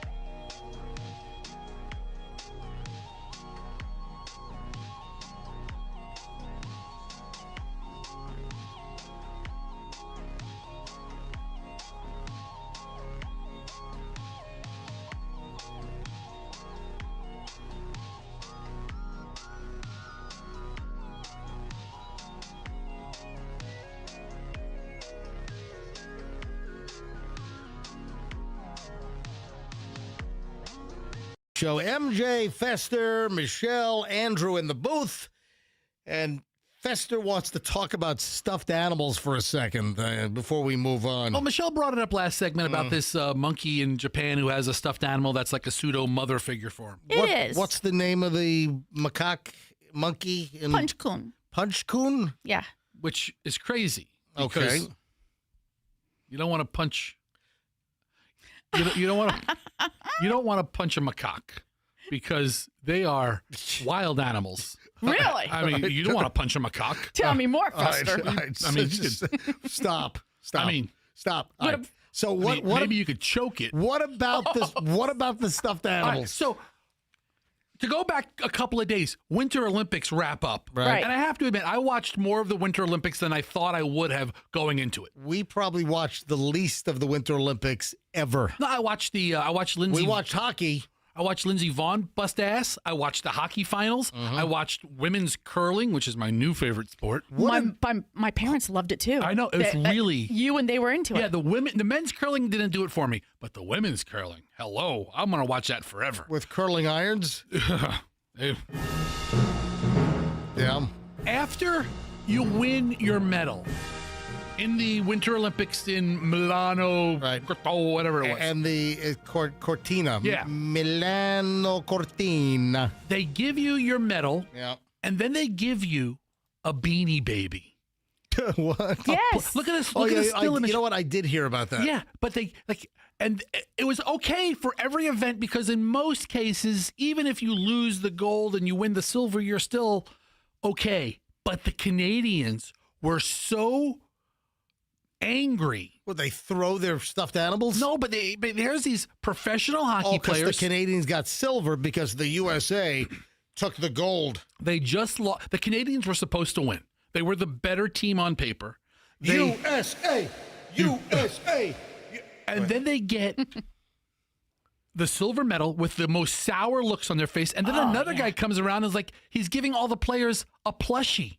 Yeah. And like these are grown ass men. Yeah. Who each of them With by their own missing teeth. All of them are worth millions of dollars. These aren't struggling, athletes hoping to make it to Olympic glory. They're all NHL players. They're all in the NHL. Hold on. Was every single player on Team USA and Team Canada NHL?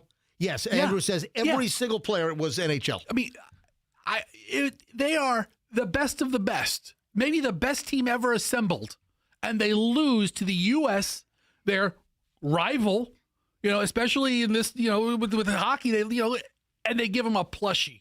And I'm watching these grown-ass men holding this, $4.99 plushie you'd see on, like, the gift rack at Walgreens. From Thai. I'm sure that's the company that and it's like this plushie of this white animal called was it a gloat? A what? Was it? It's a stoat. Stoat. It's a stoat. A stoat? Tina the stoat, which is like a weasel. Oh, so the stoat is in the weasel family? It's like So it's an Italian weasel. Hey, the boys from Sicily take care of them. Hey, you calling a weasel there? You call it a weasel. So I just thought it was. gabagool. It's like one of those ideas that make a lot of sense on paper, but watching the stuffed animals being given out to the Canadians, Yeah. I mean, I'm like, this is the worst idea ever. I would have taken that stuffed animal. I would have told that guy to shove it. Take this animal and shove it. Right? So painful to watch.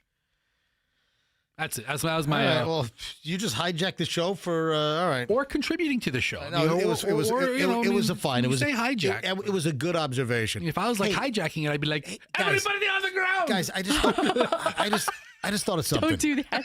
Oh my gosh. If people are listening at work, they might not. Right. I think you hijack something. Other people might not realize that it's a radio. Guys, I just thought of something. Guys, Do it again. stop. I just thought of something. Everybody on the ground. Jeez. It's the Fester Michelle show. All right, what's going on? I just thought of something. Yes. Yes. I want an El Cap burger. That's not happening But today. wait a minute. El Cap doesn't open till 11. But what if we can get El Cap to let us come in a little early? Because here's the deal, folks. A new corporate guy was hired, and they're introducing this new corporate guy. It was supposed to be a 10 a.m. all-staff meeting. They moved it to 11:30. I'm like, oh, my God. So to kill time, we're going to go out to breakfast. Yeah. But what if we can get El Cap to let us come in early? That would be great. But they open at 11. I know, but what if we call El Cap and see if they'll let us come in early? But you still won't make the meeting. So that's the whole point of this. We need to be somewhere like by 10:15, nearby. Well, Michelle, let's see if they can maybe let us in at 10:20 or so. But the staff needs to be there. The cook needs to be there. I don't Maybe even they need to wait. are. Okay, I love LCAP, but I don't think I want a cheeseburger at 10:15 in the morning. I do want a cheeseburger at 10:15. I don't You ever go know. with Fester, and then I'm going home. What about I give you some tots? What? Tots. Tater tots. No, thank you. What? All right, so no El Cap? You don't want me to try No, to you go. You know what? Guess what? Listen, that gives me additional time to myself. Without a plan in advance to contact them. All right. So where do you want to go for breakfast? I don't have anywhere that I want to go. right. We're going to go somewhere nearby that's very easy and convenient for the two of you, because you're the employees, can come back here in an efficient, timely fashion and be on time for your meeting. Not late, on time, which means you'll be here before 11:30. Because you did ask the gentleman if they could start early, and they said they're going to try. So you do need to be back here a little earlier than 11:30. Wow. Okay. So, because early's on time and on time is late. Yeah. What if we go to breakfast and because of us they start the meeting at 11 and we stroll in right as it's over and they're like, "Where the hell have you guys been?" Oh. And we're like, "Oh, it's 11:30. We went to get a burger." All right. That's how we So sound. why don't we just go get an Egg McMuffin next door at McDonald's then? That's a great idea. Yeah. Let's go. Let's get I love that. I'll get a McGriddle, sub round egg. Michelle, do you have a preference? I made a suggestion. Oh, that's right. Skyway Cafe. Somebody called and said they're closed on Tuesday. Is that the case, Oh, Andrew? no. Wait a second. Go to the Googles. Yes. Hold on. They're closed on Tuesday? And we got a call. I want to make sure. Wait a Skyway minute. Cafe. Skyway Cafe. It's on 4th Street North. Closed. Hours closed. Oh, wow. They're closed on Tuesdays. on Tuesday. They're open every other day of the week from 7 to 2:30. But They're closed on Tuesday. closed on Tuesday. Well, I sent you an option, too. I sent you some biscuit place that's south of here. All right. Some maple biscuit something or other. All right. That might work for you, because it's just a biscuit, so it'll be easy for you. I mean, they put stuff on the biscuit. There's that new Detroit slice place down here. Are they open? I don't know if they're open yet. That's the trick. What's the new Detroit slice place? You're naming all foods that people, normally the restaurants are not open at this time. So you're complicating your own life here. Yeah, it's a good point. You are. I mean, you're just making challenges for yourself. Yeah, the new Detroit place is it Sodo Square You know what? on 4th Street North. Let's go to Barnes. Yeah, right. Let's go. Good You know what? idea. Let's go to Council Oak. Call up David. Yeah. Tell him to fire up that grill and back. Open up Burns right now. Tell them. Right. Yeah, Bar seating. Can you get us in early?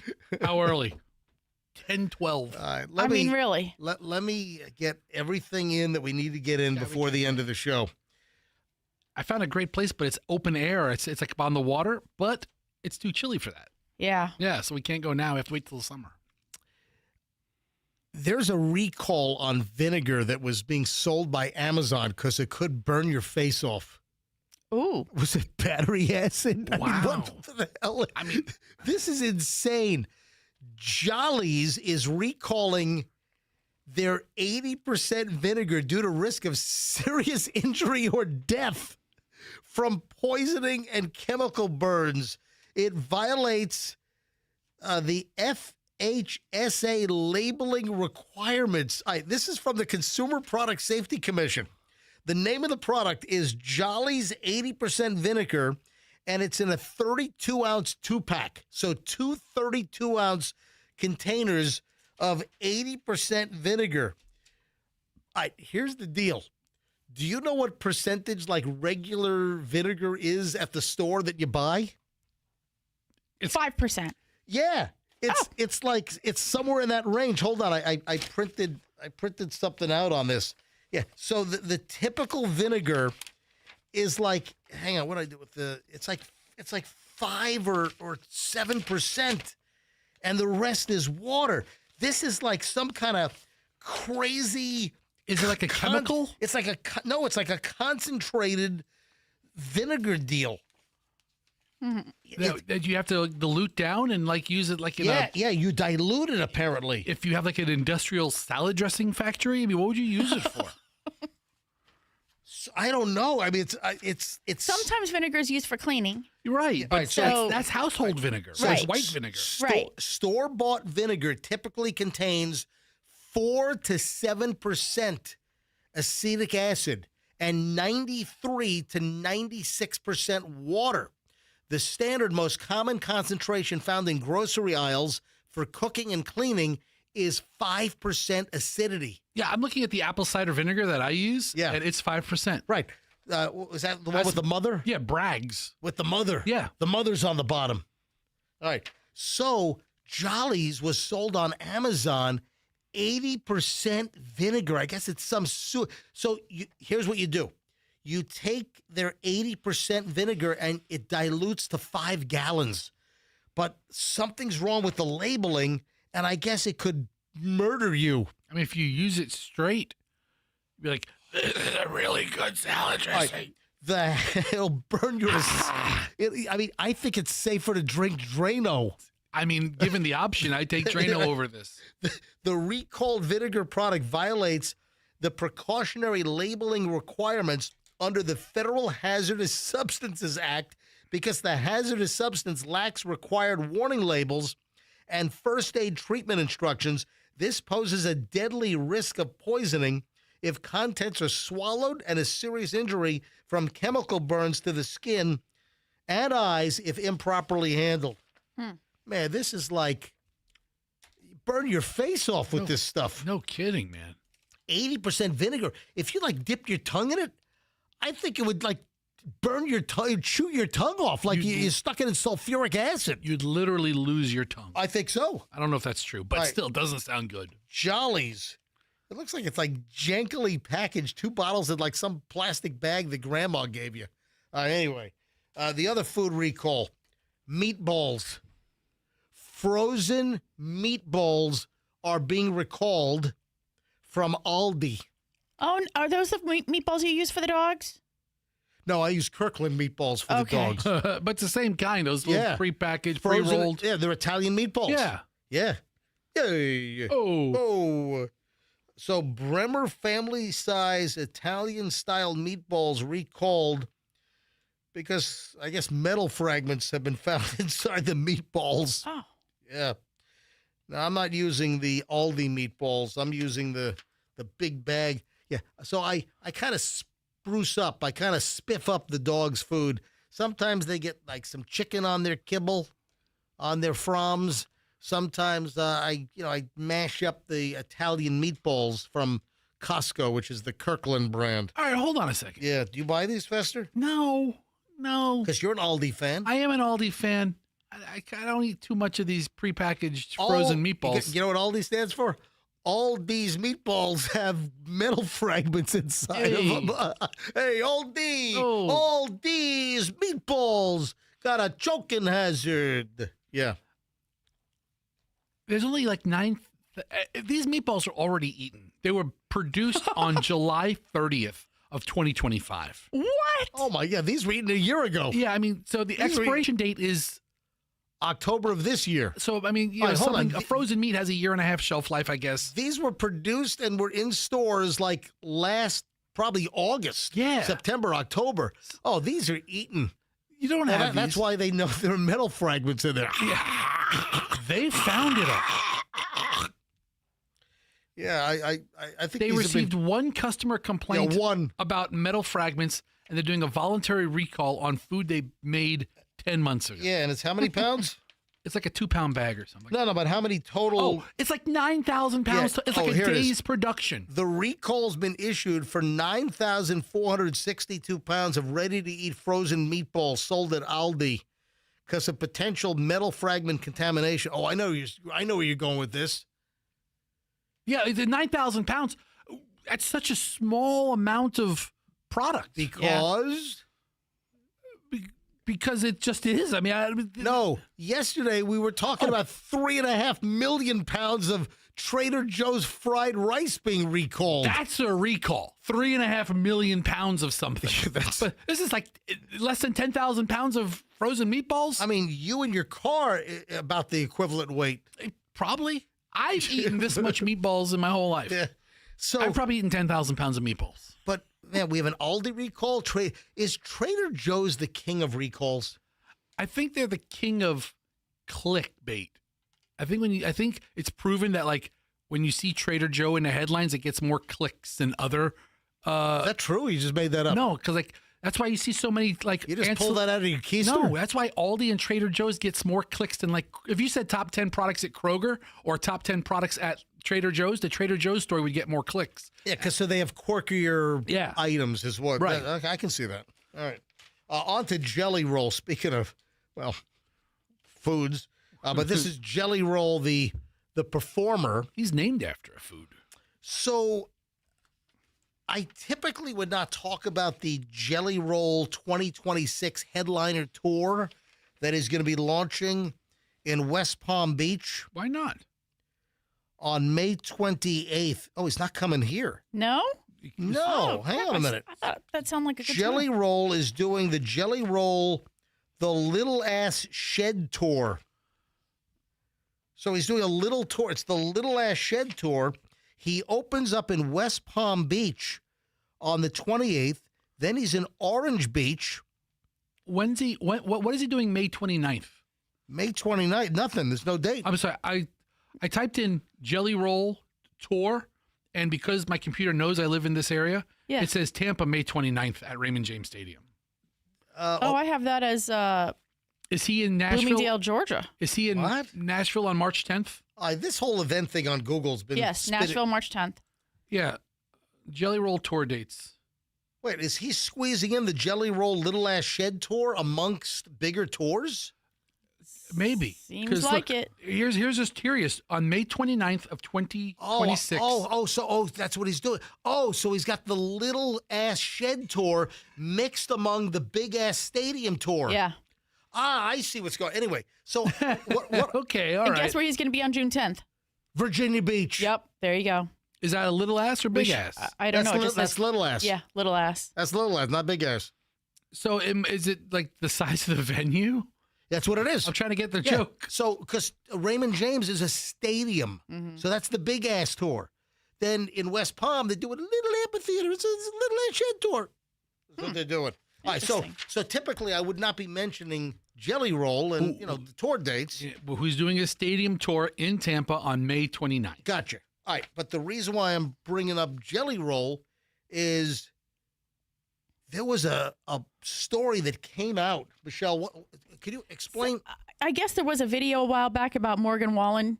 Am I saying that name right? I always said it wrong. Morgan Wallen, yeah. That he used the N-word in some capacity. That was an awful. He was caught on a ring cam, like hollering at his buddies, right? And he's like, "Hey, bleep, Use bleep." the N-word. Yeah, Okay. and he caught a lot of flack for that. Is he the one that threw the chair off the bar Yeah. balcony? Man, he's got problems.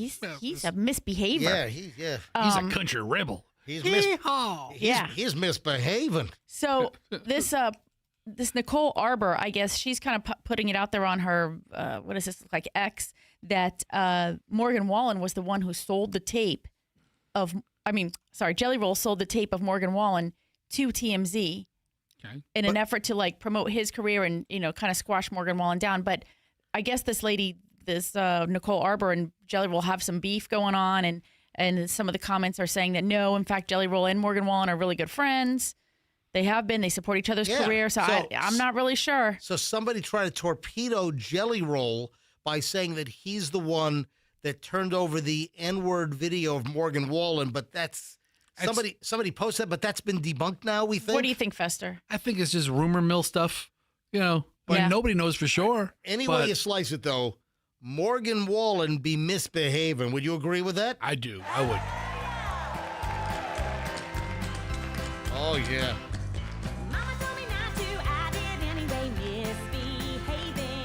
Daddy said don't, but I said I'm gonna misbehaving.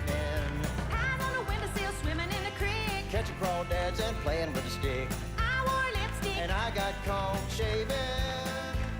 Just two little country kids outside misbehaving. Man, that was great. The Righteous Gemstones, man. Yeah. I'm sorry that thing's gone. All right, then we have a blind item. So, Michelle, where do you find this about the Late Show host? And, it's, again, this is a blind item, late night surprise. This is floating around on Reddit. Blind item is something where you list, like, facts of what happened, but you don't reveal who it is. And, it's left up to your own devices to try to figure out who it is. Listen to this. Subject, late night surprise. Ooh. The publicity team of a certain late night show are scrambling like crazy this week after he shared with the inner team at the show that some personal info is most likely going to be made public any day now, relating to the fact that they, the host, has secretly fathered twins, a boy and a girl, around 5 years old, with a younger woman. The woman in question is not famous and allegedly visited the late night show as an audience member 6 years ago. She got the VIP tour. The host's family have known about the children since around the time of their birth. The inner team is currently debating if it should release a statement a la Dave Grohl or just let the tabloids run the story without comment. Oh, man. But do expect this to grab a lot of headlines as the person in question will surprise a lot of people. Oh, man. Who is it? Late night person. I mean, the late night folks are like, what, Seth Meyers, Jimmy Fallon, Stephen Colbert, Jimmy Kimmel, right? I mean, is John Oliver. I think the surprise is if it's not Jimmy Fallon out of that list, but I don't know. All right, so is this really going to come to fruition? Oh, what if it's Greg Gutfeld? Yeah, we got to go. So is this real? Is this really a blind? Is something going to come out about a late host impregnating an audience member with twins? Oh, we'll find out in a few weeks. I guess so. All right, we got to go. All right, folks, have a great day. We'll see you back here tomorrow. It's been another spectacular MJ Morning Show on Q105, and have a good one, and let's be careful out there.